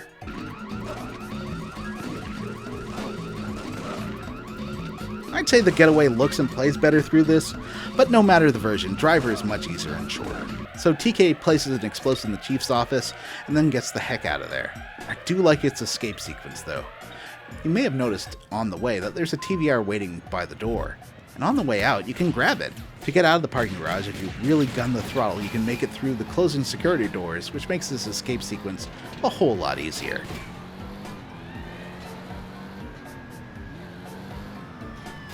Now the last mission of the game, Corrigan, and it's a long one. It starts off with heading over to the safe house where Corrigan is hiding. You get through there and Corrigan escapes the rooftop helicopter, locking you out so you can't just shoot it down. You have to backtrack down to the exit and shoot your way through the police and find a car to nab. This mission spawns the either Audi R7 or Bugatti Veyron-like car, so if you see one of those, definitely grab it. Then it's a matter of chasing the helicopter, which you can't actually damage at this point, and you can't lose on the map either. You have to make it to the tunnel before the time limit, that's all. And this begins one sequence that even back in 2006 made me roll my eyes and say, come on. Corrigan orders the police to demolish the tunnel as soon as you go into it, which seems like a PR disaster, and an example of insane police overreach. I mean, it's not without some precedent, such as the Philadelphia police dropping an improvised bomb on the Move housing, killing 11 people including 5 kids in 1985. Or even the Branch Davidian Waco massacre in 1993 where 79 died, including 21 kids. Both make for some interesting reading. At any rate, video games are fun and not about politics. Video games are only political if you stop and think about what they're saying and showing for a second. So never do that. So after your attack on the New York City police, and their escalation to destruction of billions of dollars worth of infrastructure and what seems like about a dozen civilian lives in this zany fun driving game, you now get to drive through the crumbling tunnel with big chunks of rock that will destroy your car if you get too hit by them. There's a very strict time limit. Fortunately, there's a checkpoint before and after this run, and it's basically a Dragon's Lair style challenge, where you need to learn the correct paths to choose through the tunnel, and at the end do some weaving around obstacles and even a jump. Neat, cool, rad. You can continue in whatever you were driving through the tunnel, but there's a faux Mitsubishi 3000 GT and faux Veyron just outside, ripe for the plucking, so I'd recommend either of those for the last dash. Shoot that son of a bitch down and I'll come find you. There's no getting out of this chase that easily, and I actually found it a touch more challenging on Wii. Back in 2006, I wasn't entirely sure how to finish this mission, because the game certainly isn't going to tell you. There isn't a health meter for the copter, but it does suggest you destroy it. However, it is a bullet sponge, and the only signs you're doing enough damage come from Corrigan yelling "what the fuck" at one point. Also smoke. So this is both a scripted and open mission. You just have to have done a certain amount of damage to the helicopter before it gets to the end of its pre-scripted path, and it will crash in a cutscene. I thought for sure it would only crash once you got to the end of the road in the industrial area. However, on PC I was able to shoot him down about halfway through the chase. For whatever reason, I nailed this on the first try. Both my Wii and PS2 runs took perhaps a dozen failures or more, and then finally get this ending.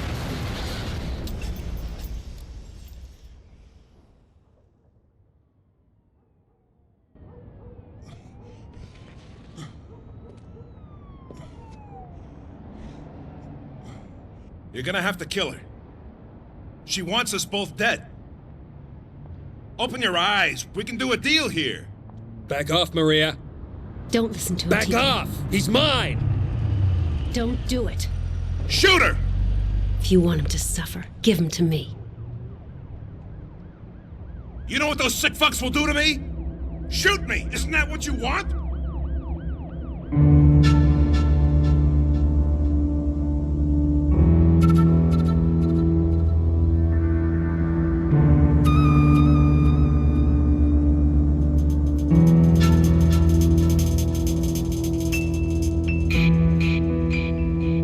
You useless piece of shit!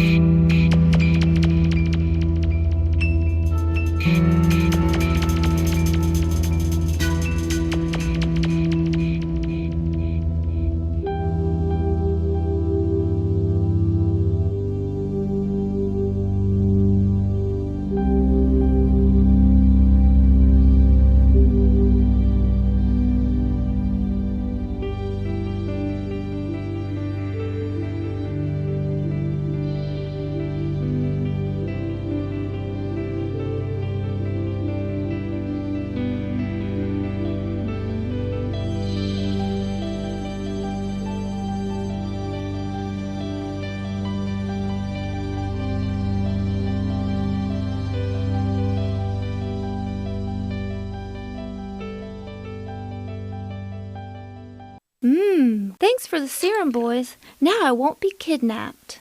I don't hate it. Maria gets what she wants and TK gets to walk away. Sure, he'll be the most wanted man in the United States, but hey, maybe he can get out of there. He's a great driver. And that's the end of Driver Parallel Lines. So now to ask ourselves, what did the game do right? In 2006, we felt like we were drowning in open-world drivey-shooty crime games. And Parallel Lines, in the sunset of its console generation, offered one more kick in the can that a lot of folks just weren't interested in trying. This time, it wasn't a string of linear missions, but had a true open world, a giant recreation of New York City. While it doesn't go block by block like true crime New York City, this offers the chance to streamline things and play with the map a little to make it a bit more interesting and varied. Whenever a lot of the same kind of game come out, it's natural to complain with, "Oh, not another one." Or maybe with an English accent like, "Ew, not another one." I mean, you really want to sound like a Lord Fauntleroy fancy boy. But 20 years later, when maybe one comes out every other year or two, you have the luxury of looking back at old examples of the genre and enjoying them. This is why so many games that were ignored or not given a chance at the time are looked back as hidden gems. I genuinely think with the glut of retro-inspired Metroidvania games we're getting these days, for instance, it's easy to have your eyes glaze over when another is announced. But I guarantee you that in 20 years, we'll be talking about the golden age of the indie Metroidvania and bemoaning how no one at the time knew what classics we were ignoring. That's just how life works. I do not think that Parallel Lines is a lost classic, but it's a game with good moments that does plenty right that the previous game did wrong. Having more traditional open-world gameplay meant that you could take what the game does right, the physics, the chases, the challenges, and enjoy them in the side activities the game offers. Unlike DRIV3R, which had some inspiration from both the success and design of Grand Theft Auto 3, but was still thoroughly its own thing, Driver Parallel Lines was clearly an example of taking the driver gameplay and applying it squarely in a Grand Theft Auto-style framework. Missions are started by visiting glowing points on the map. You have a variety of quest givers and choices between which mission you'd like to do first, though in the end you're going to have to complete all of them.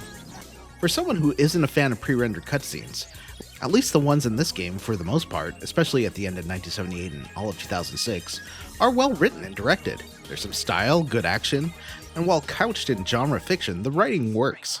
TV's the black remote. But failed to set the track on fire since her last major win last year at Stuck. The other one, that's the DVD player.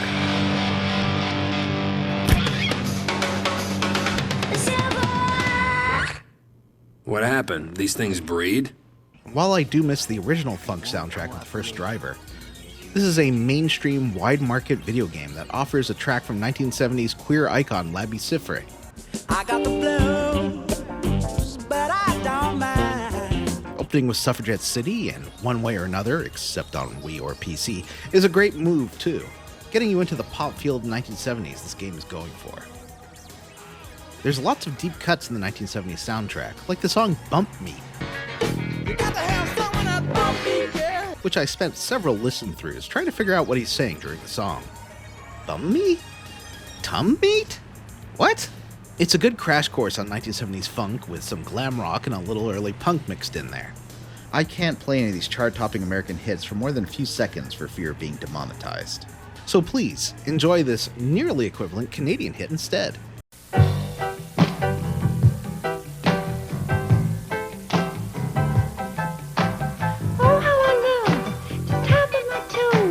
Jiggle around, boy, anything goes.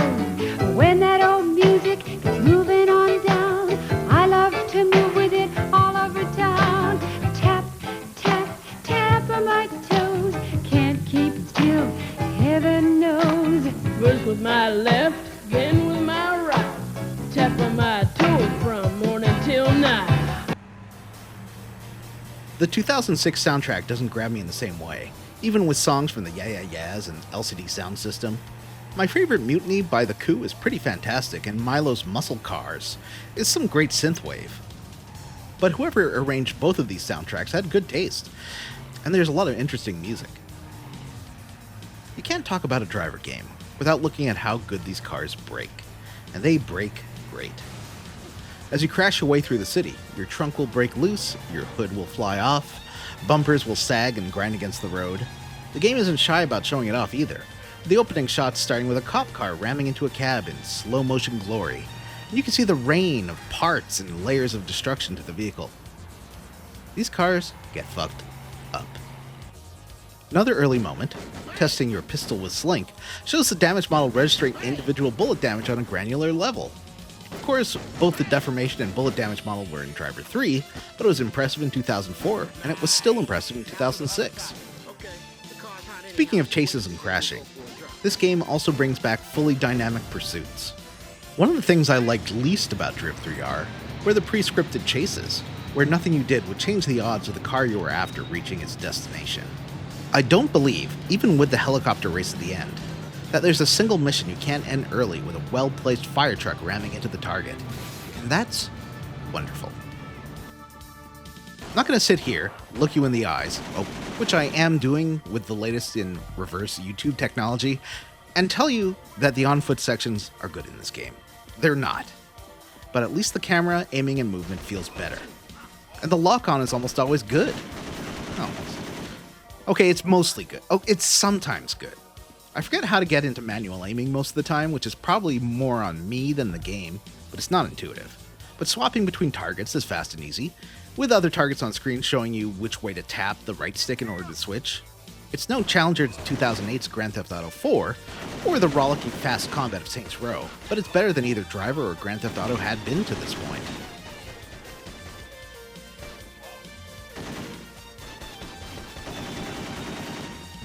I actually enjoy the racing minigames quite a lot, but this is not something that has a critical consensus. Consider this passage from Douglas C. Perry's review on IGN.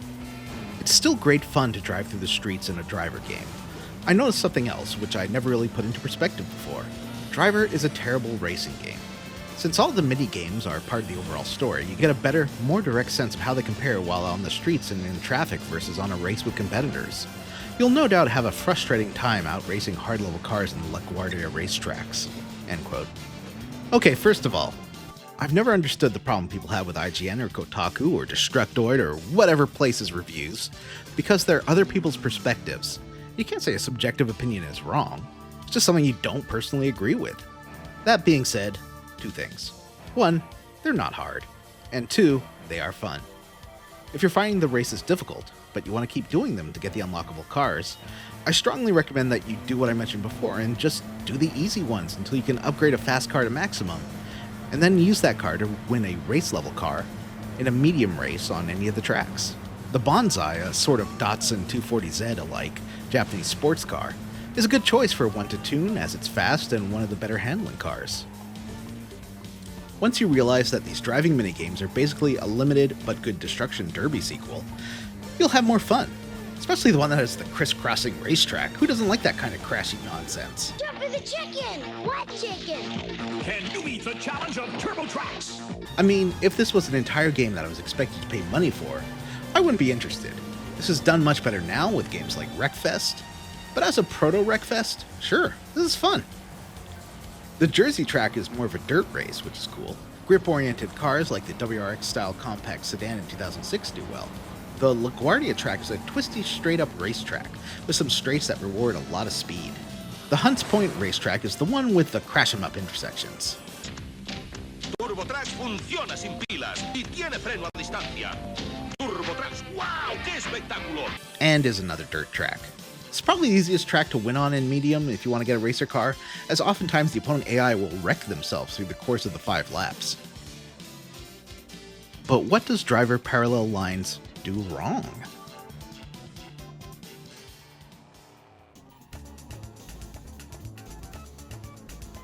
When I was thinking about what exactly I didn't like with Driver Parallel Lines, the first thing that came to my head was that the collectibles are pointless.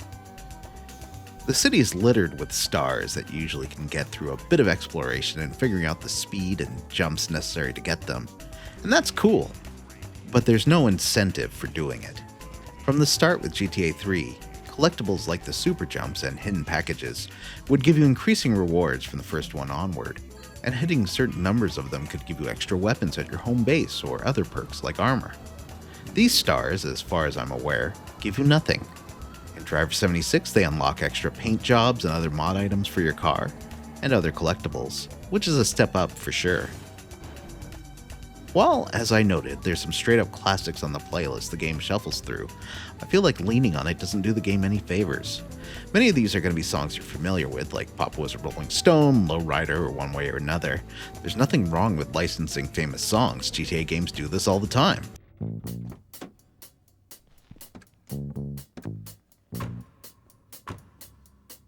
But I think you have to be careful, especially using these for dramatic moments, as these are songs many players will have a history with already, and they can be distracting. The lack of a custom score makes these moments less interesting. The This game's audio playlist on shuffle style of a soundtrack lacks the immersion of the radio stations in GTA, gives less semblance of choice as to what you're hearing and when, and ends up repeating monotonously. I swear, if I hear that Peaches song again, Walking on the beaches, looking at the beaches. Well, I got the notion, girl, that Driver 1's music could get a little repetitive.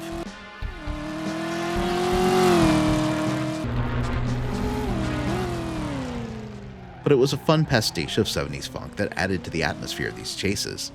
I was going to use a lot of these Driver 1 tracks as background music for the video, but it turns out they're licensed library music that gets me demonetized. So Vigilante 8, it is. The 2006 soundtrack is an odd mix of B-sides from LCD Sound System, Yeah Yeah Yeahs, and TV on the Radio. Other than the few that I noted on the Good Things chapter, the 2006 soundtrack is weaker and both feel less interesting than those in GTA due to the lackluster presentation. Sadly, a bunch of the soundtrack was excised from the later PC and Wii releases, the most notable cut being Blondie's One Way or Another, which was used during the opening car chase.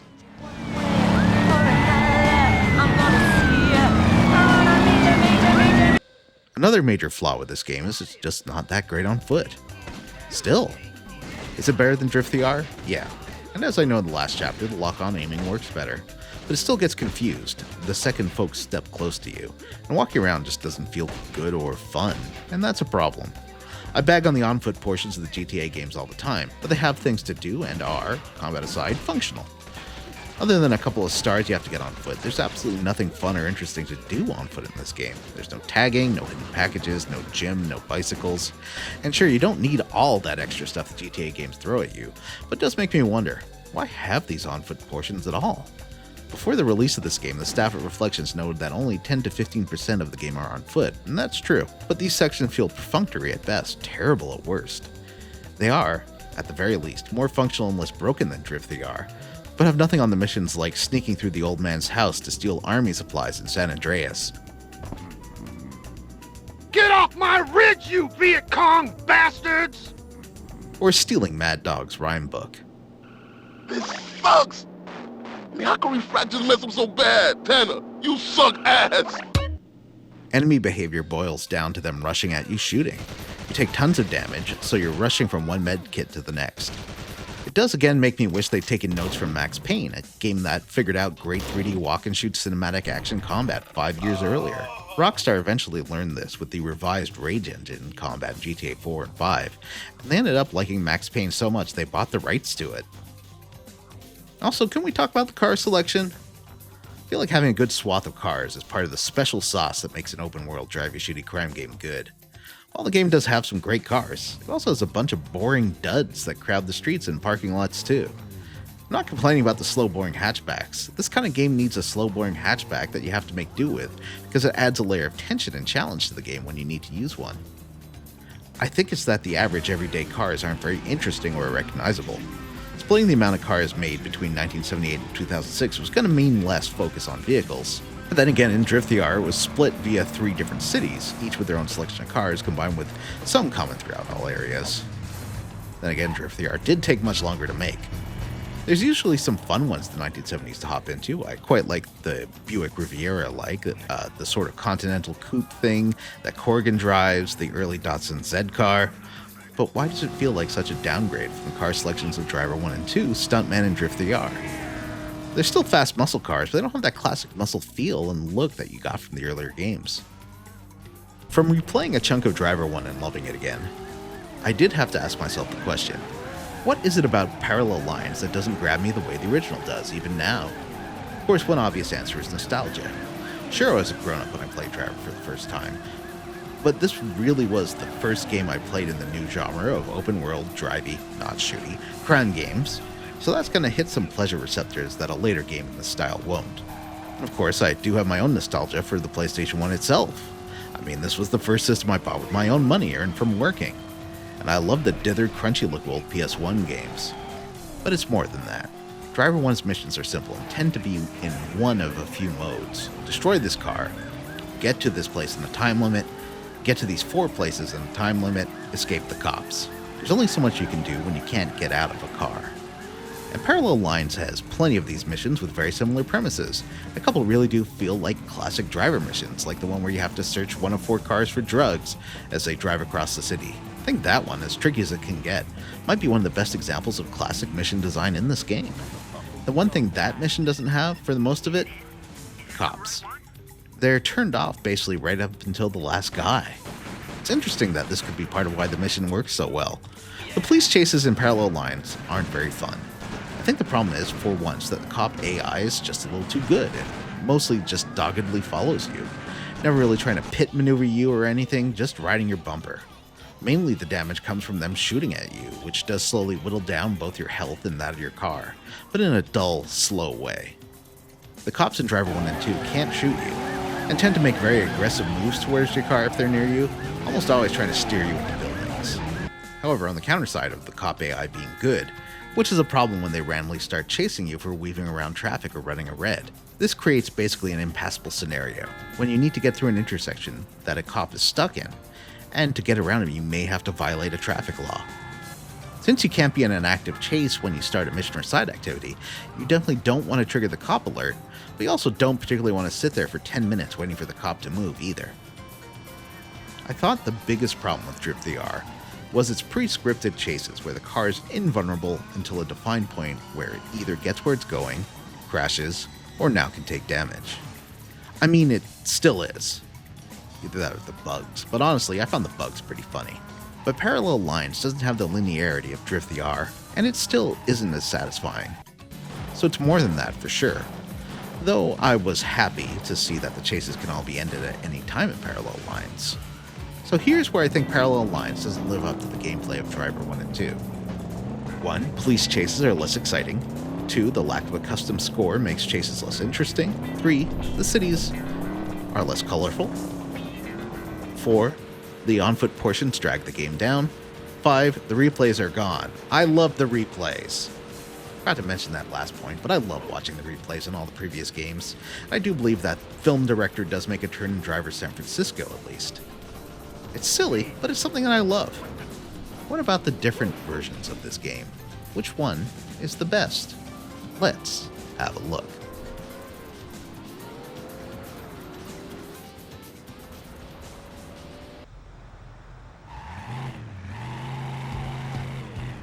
This is one of those situations where each version has their own appealing qualities, but there is a definitive winner. The PlayStation 2 has been the lead version since Stuntman, so Reflections has got a handle on getting the most out of that machine. That being said, though, this version and all the console versions look significantly worse than both DRIV3R and Stuntman. Still, as you can see, even with the PC version, the PS2 version does appear to have the most visual effects. From shading to reflections on the cars, and everything appears much sharper than the other console versions. You do get the downside of aliasing, but hey, I'll take that in return for improved visuals. On Xbox, things feel in line with how they were on DRIV3R. Image quality in some ways is better than the PS2, it's running at 480p for example, and there's a frame rate cap at 30 frames per second, which it maintains much more steadily than the other two console versions, both of which are unlocked and can swing pretty wildly. Plus, I'm just happier on an Xbox S controller than a DualShock 2 controller, but I get the sense that might be more of a personal preference thing. The big downside with the Xbox version is the frequent frame tearing, something I don't really notice on any other version or DRIV3R. Look at the two side by side, the extra graphical effects on PS2 immediately stand out. The Xbox version has sharper textures, but as textures move out in the distance you can see they get blurrier faster. Perhaps due to a form of anti-aliasing? I'm not sure. While I do like the interlaced 480i output of the PS2 for reducing latency, or the lag between pushing a button and seeing things happen, the more consistent frame rate on Xbox does help the game feel smoother overall. While the PS2 and Xbox have similar dead zone for tuning their analog sticks, the triggers in the Xbox controller are precisely tuned in a way that makes slow driving and threading the brake and throttle the easiest of all versions. It was honestly kind of a bummer playing on the Xbox Series controller and PC and finding that both the range travel on the Series controller is more limited, and that it only uses a fraction of the motion available even then. We do need to talk about the Wii version. It's an odd one. It runs better than the PS2 or Xbox versions, has reduced draw distance, far less traffic and pedestrians, and an early, how do we fit this onto Wii control scheme? Honestly, it fares better than many Wii ports. I'd much rather play this than, say, the Wii port of Okami, the one with the IGN watermark on Amaterasu's mouth. For that game, Amaterasu's area of effect swirl attack was mapped to a shake of the nunchuck, which I found irritating to pull off and inconsistently registering.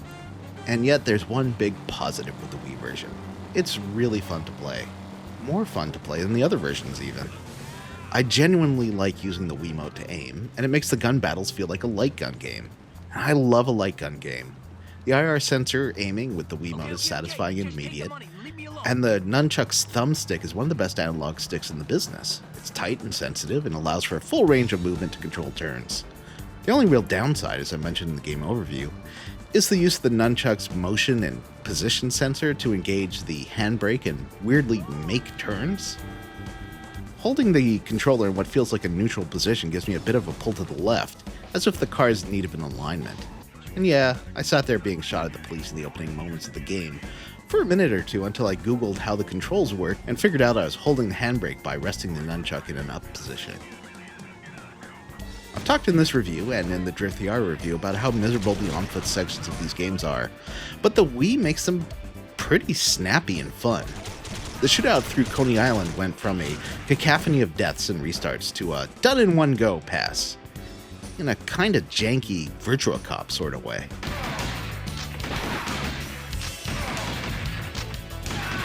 It was more like Die Hard Trilogy's airport shootout light gun game.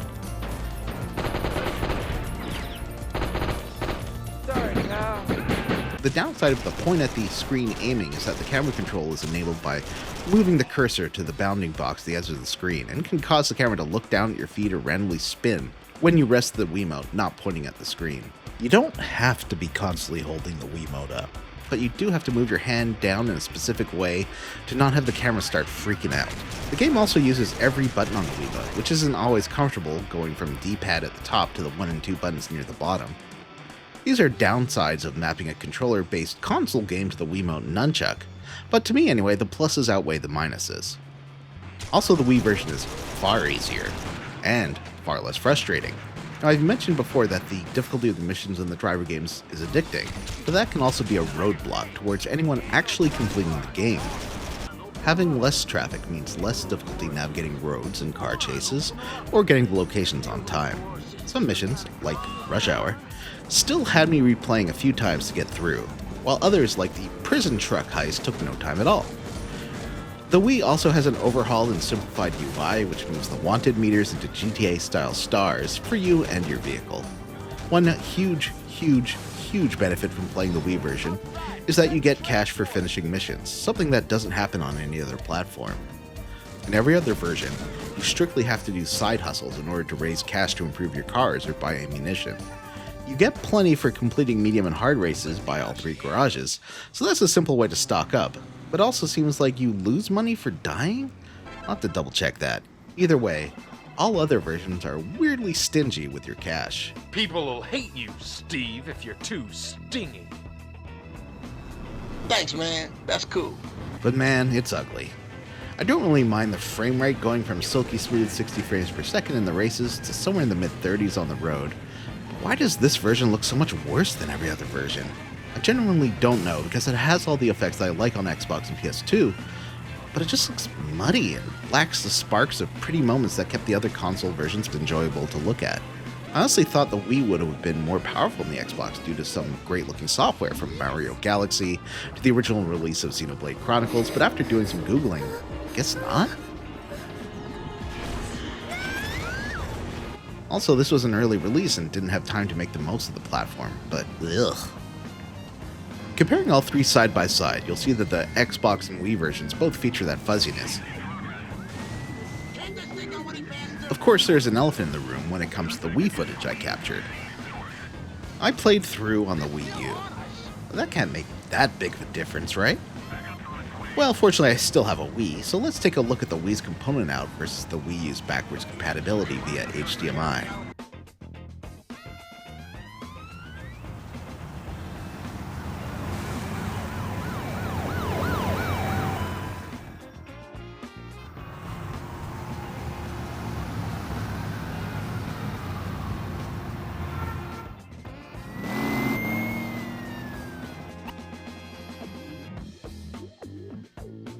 Oh. Well, I guess there is a bigger difference than I imagined. The lack of detail and blurry textures are still an issue, but friends, it does look better. However, I'm not going to replay a 15-hour Wii port of Driver Parallel Lines to get better footage, but this does let me know for next time if I'm capturing a Wii game, I'm going to do it on original hardware. Whoops. Let's call it a learning moment. Comparing all three side by side, you'll see the Xbox and Wii versions both feature that fuzziness. And once again, this is capturing off a Wii console directly for this comparison to avoid any worries about it being from the Wii U's blurry upscaling. Again, the PS2 is immediately noticeable for the much better shading and details on the cars, and objects appearing more detailed in the distance. The Xbox really does have better textures when you stop and look at them. The Times Square opening shows the big differences between all three consoles.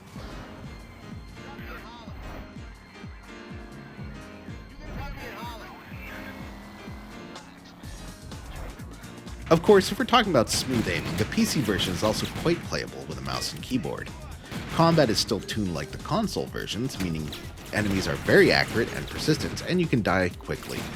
Guns don't feel as accurate as the Wii version, and enemies take more damage, so you're not pointing and shooting your way through a crowd of cops or gangsters the way you would on Wii. You can take on bad guys at point-blank range with headshots, and it still takes a few hits to down them. While I totally can understand those who want a much tougher game experience than the Wii version, to me, shooting humans who don't even flinch in the face over and over before they die isn't particularly fun. Having quick 1 or 2 hit kills makes the firefights more satisfying, and I wish the difficulty could have been ramped up in another manner than making all the bad guys bullet sponges. Unfortunately, swapping between the controller and mouse and keyboard requires a menu swap, unlike DRIV3R, which allowed me to set up the controller for driving and mouse for shooting. When I came to the PC version of DRIV3R, I found setting up the controls a bit of a nightmare. The menus frustrating to navigate, and the whole Miami map looked far too sparse at 1080p, with not enough detail to help fill in the higher resolution. That's why I recommended the Xbox or PS2 version over it. Plus, there's the additional detail that DRIV3R is no longer available for sale on PC or any console, so you'd have to track down a copy of it one way or another. For Parallel Lines, the PC version is much improved, with far better texturing, lighting, and models than its console counterparts. It's available on Steam and GOG, making it far easier to get a hold of, and supports controllers without any pain or customization needed. It's strange because looking at it in isolation I thought, well, this doesn't look much better than DRIV3R on PC. But going back and comparing the two, oh yeah, this is better. And switching between the PS2, Xbox, and Wii versions highlight how next generation the PC port feels. I'm not sure why this version rubbed me the wrong way at first, but going back now to finish the game on PC really makes me appreciate this version, especially its instant fast travel feature, which makes navigating between quests far faster than any other version. Why didn't they put this in any other release? So which one should you play? I'd say if you like light gun games and have a Wii or Wii U still plugged in, give this one a go. The Wii port is cheap, not rare, and just a better time than the PS2 and Xbox versions. If you want to see the game looking and performing its best, definitely go with the PC port. I'm surprised Ubisoft Reflections never made a 360 port of the game, which had been out for almost a year when Parallel Lines released, and for almost 2 years when the Wii and PC ports came out. Let's get to the nitty-gritty and do a comparison of some of the most interesting locations in Driver Parallel Lines across all versions. Start with a look at a kind of quiet, boring area, this parking lot around the Jersey Speedway garage. The Horizon has the Twin Towers, you've got some good lighting on TK. I'd give the edge to the Xbox over PS2, easily, for its buttoned down 30 frames per second performance over the PS2. Plus, in its progressive mode, it's easier to make out the genuine details. Textures on the Wii version are the lowest of any console version, especially when just driving by. I like this little shop area of Brooklyn as an example of the game looking good when it has an appropriate density of detail, though again you'll see it varying between each port. I'd say areas like this in Chinatown highlight the best of what Reflections do with this game. On PS2, the interlacing helps give it more of a perception of detail, even if textures are a little worse than what the Xbox does. Overall, I had the most fun playing this on Wii, even though it was the ugliest looking port of the game by far. It's not going to be for everyone. The rebalanced combat changes made by Ubisoft in Spain are not going to work for a lot of people who like the much more challenging traditional driver games. There's a lot less enemies and they do a lot less damage, Turning around with the Wiimote and nunchuck is also a pain in the couple of close quarter battles you get into towards the end of the game, but the light gun shooting during combat is so fun, and the enemies are tuned to be killed with a shot or two. Not sure if that's a distinct difference between versions or a side effect of the Wiimote being more accurate. The only time the Wiimote controls made the game noticeably harder was during the final section. It took a couple of runs on PS2 to get the funneled path correct while shooting down Corrigan's helicopter, but it was easy to lock on while driving and keep shooting while steering. On Wii, I just wasn't doing enough damage, and kept having Corrigan fly off the end of the road in the chase. That never happened to me on PS2. However, I do remember this being a problem when I originally played the game back in 2006 on Xbox. In the end, I found the snub-nosed machine gun to be a better damage output than that weird FAMAS-looking rifle, and I never, ever could hit the helicopter with a grenade launcher, so I stopped trying. $9.99. Oh, you can eat lobster. The missile strikes. Did not. Destroy the helicopter. The PC port is the best looking version of the game by a long shot, but is Driver Parallel Lines a good looking game?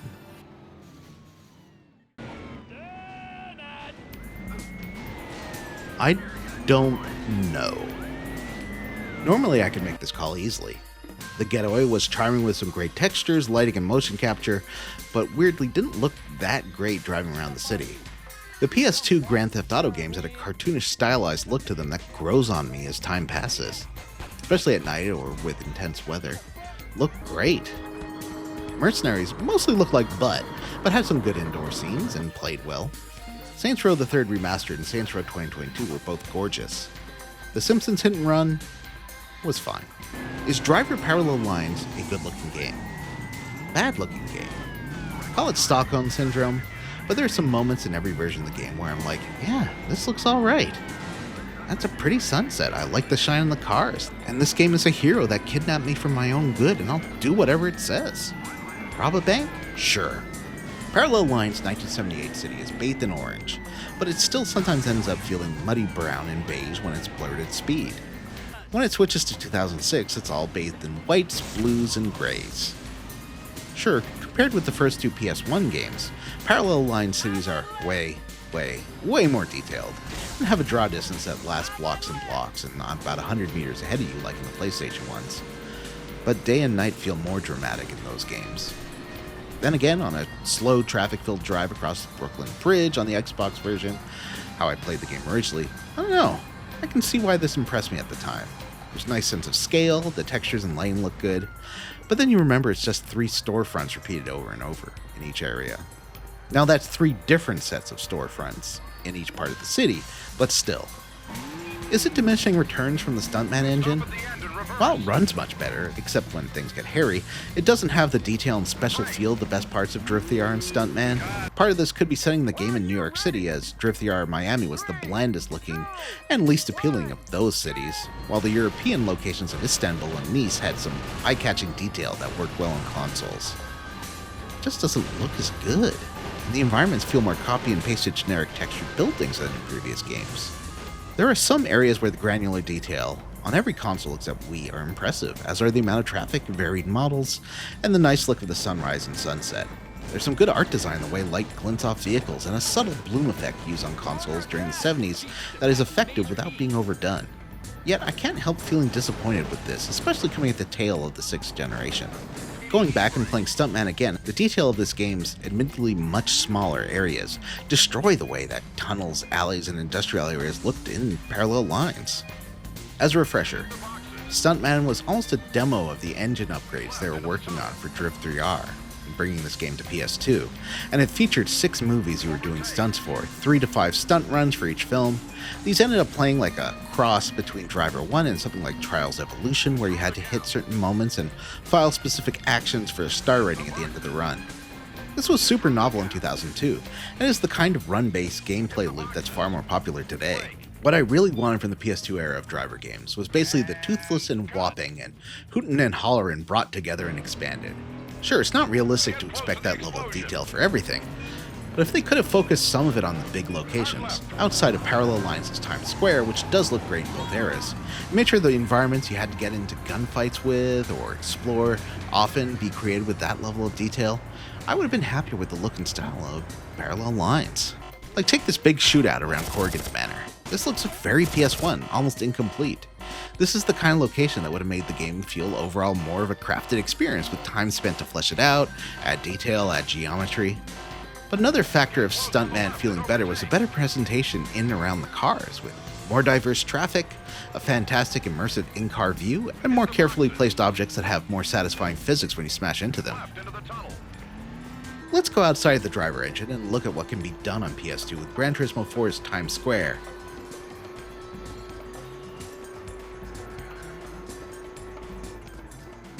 Or Project Gotham Racing's New York track, both running at 60 frames per second. GT4 is particularly gorgeous, and it looks incredible, especially given the system it's running on. Okay, you say, but these are racing games. They don't have the same kind of car deformations, pedestrians, car AI, and other factors making open world games work.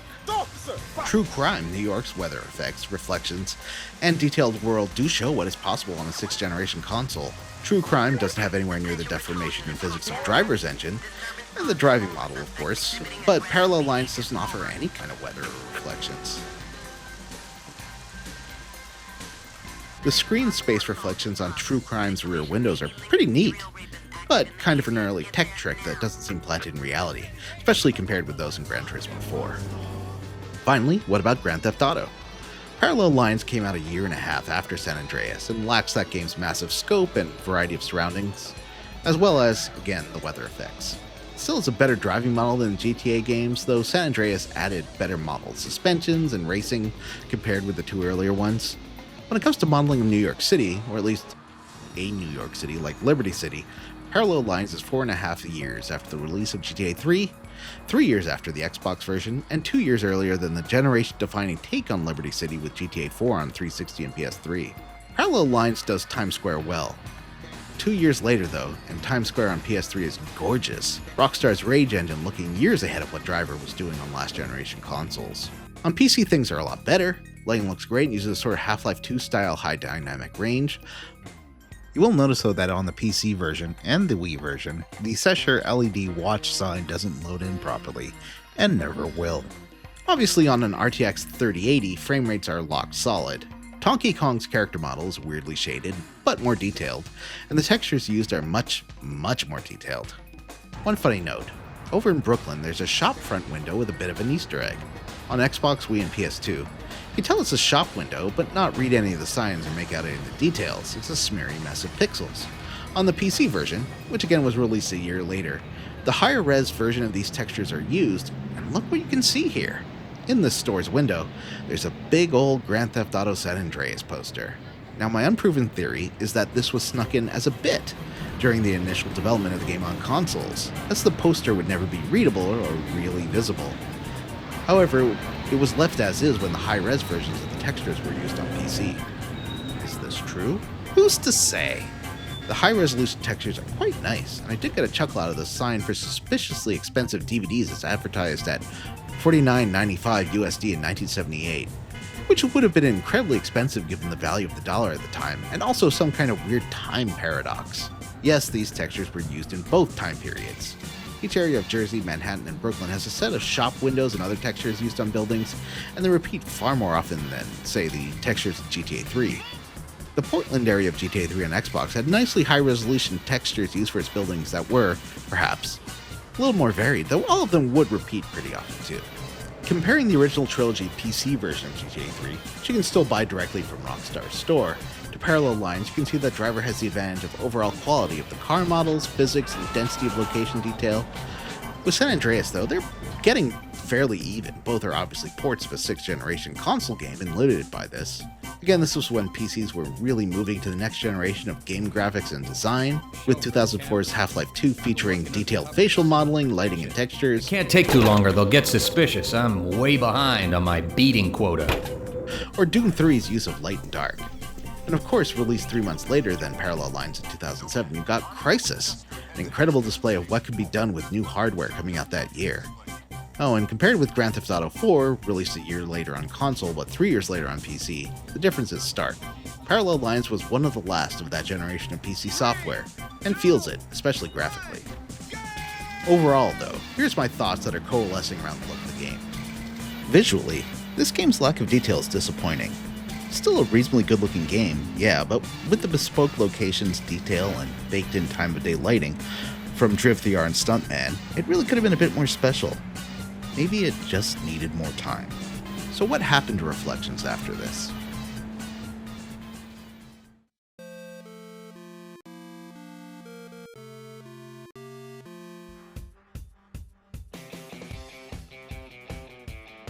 Reflections isn't gone. They are now Ubisoft Reflections.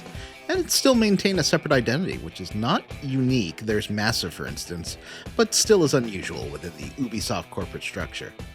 After Driver Parallel Lines, Reflections with Sumo Digital co-developed Driver76 for the PSP, a game I'll definitely be covering in a future cow entry, as this is a fully fledged open-world drivey-shooty crime game.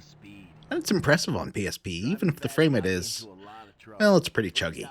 I'm going to spoil a point from the eventual review by saying if you do want to know more about the now-dead Ray, as he's the star of this prequel, check it out on your PS Vita. It's still available for download, at least of September 2025, and on Vita the game is remarkably smoother. Like, holy crow, how much better that runs. Also notable is that at the end of each mission, every message is presented with a bullet shot, like that one Simpsons joke.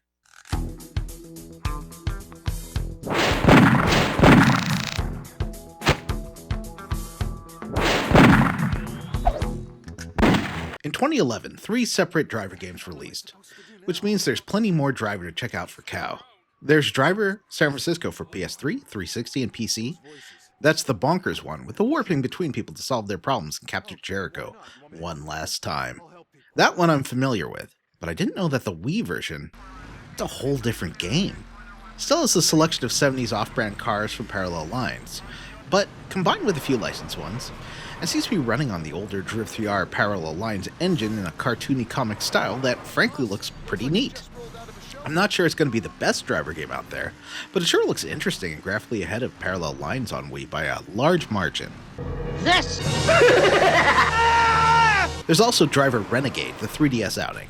I'll definitely have to wait until I've got my new 3DS XL HDMI modded to play, but I'm excited to give it a shot.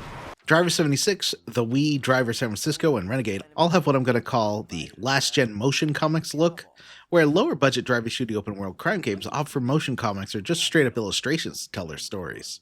This happens a lot.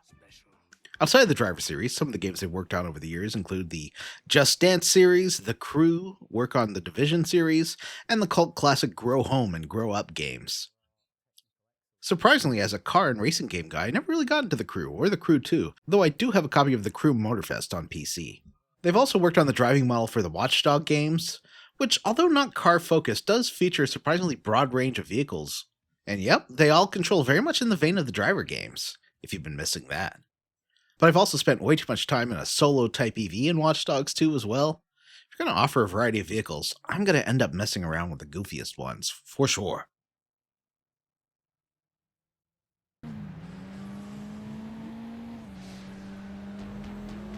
Alright, I guess it means it's time for a real review and ranking. I'm ready. Are you ready? Let's do this.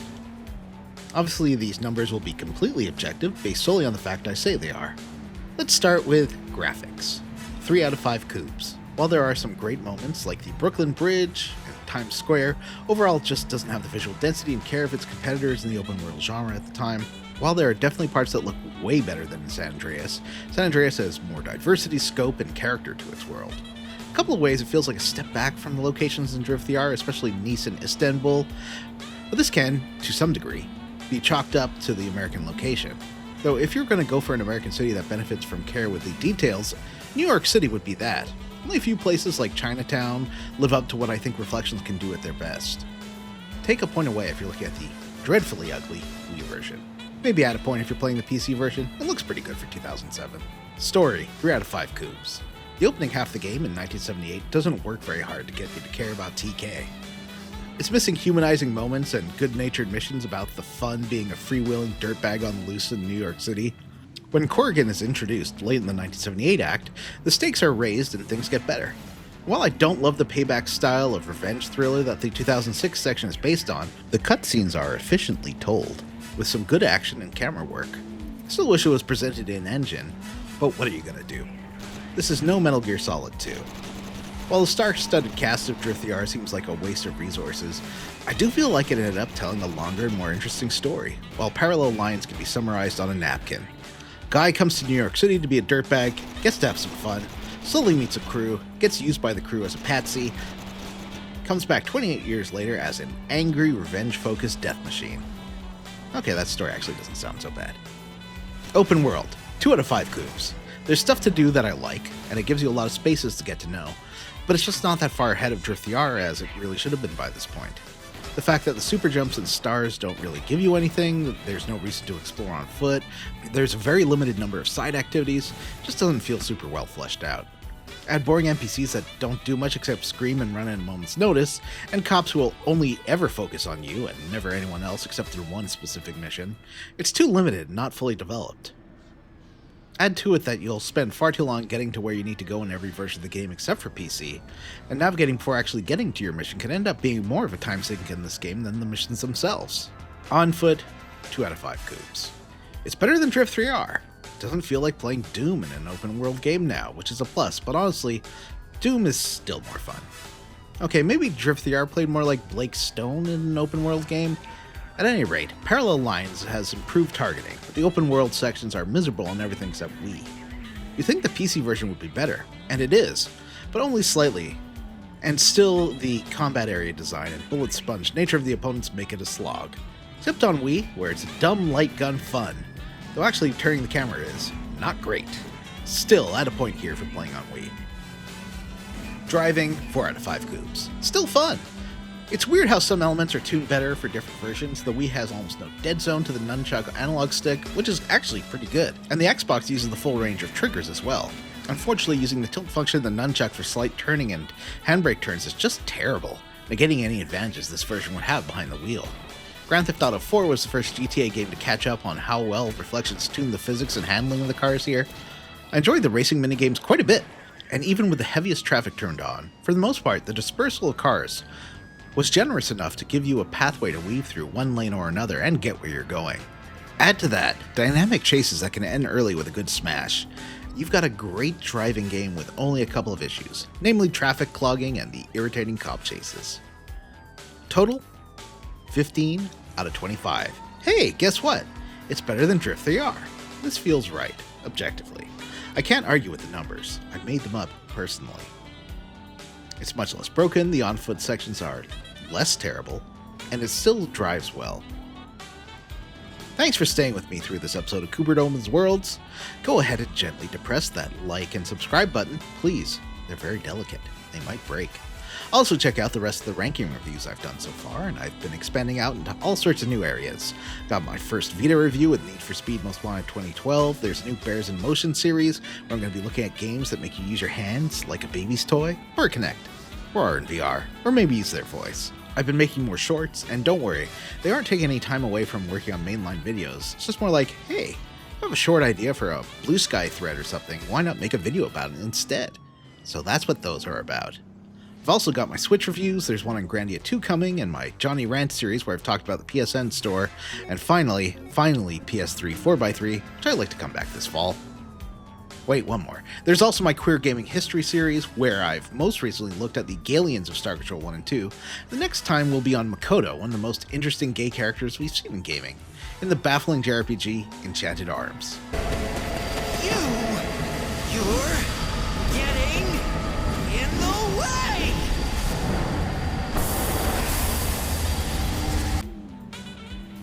Want to hear more about JRPGs? Check out Jim, Vanessa, Matthew, and I as we go through your favorite classic RPGs and other games on our book club podcast Square Roots, where we play a game a chunk at a time and then talk about it. Check it out on your Apple Podcasts, your Spotifys, your Ganas, or your Podcasts addict. That's the Square Roots podcast, the one about video games. I'll go there now. Thanks to Matthew Van Zandt for his legally distinct song, Sad Earth. And the backing track was from Clack Guga GA. Link to their 8-bit cover of Mad World in the video description. Music in this video is from the Tekken 2 Arranged soundtrack by Namco, Sega's Sonic CD Japanese and American soundtracks, and Luxoflux's PlayStation 1 Vigilante 8 soundtrack.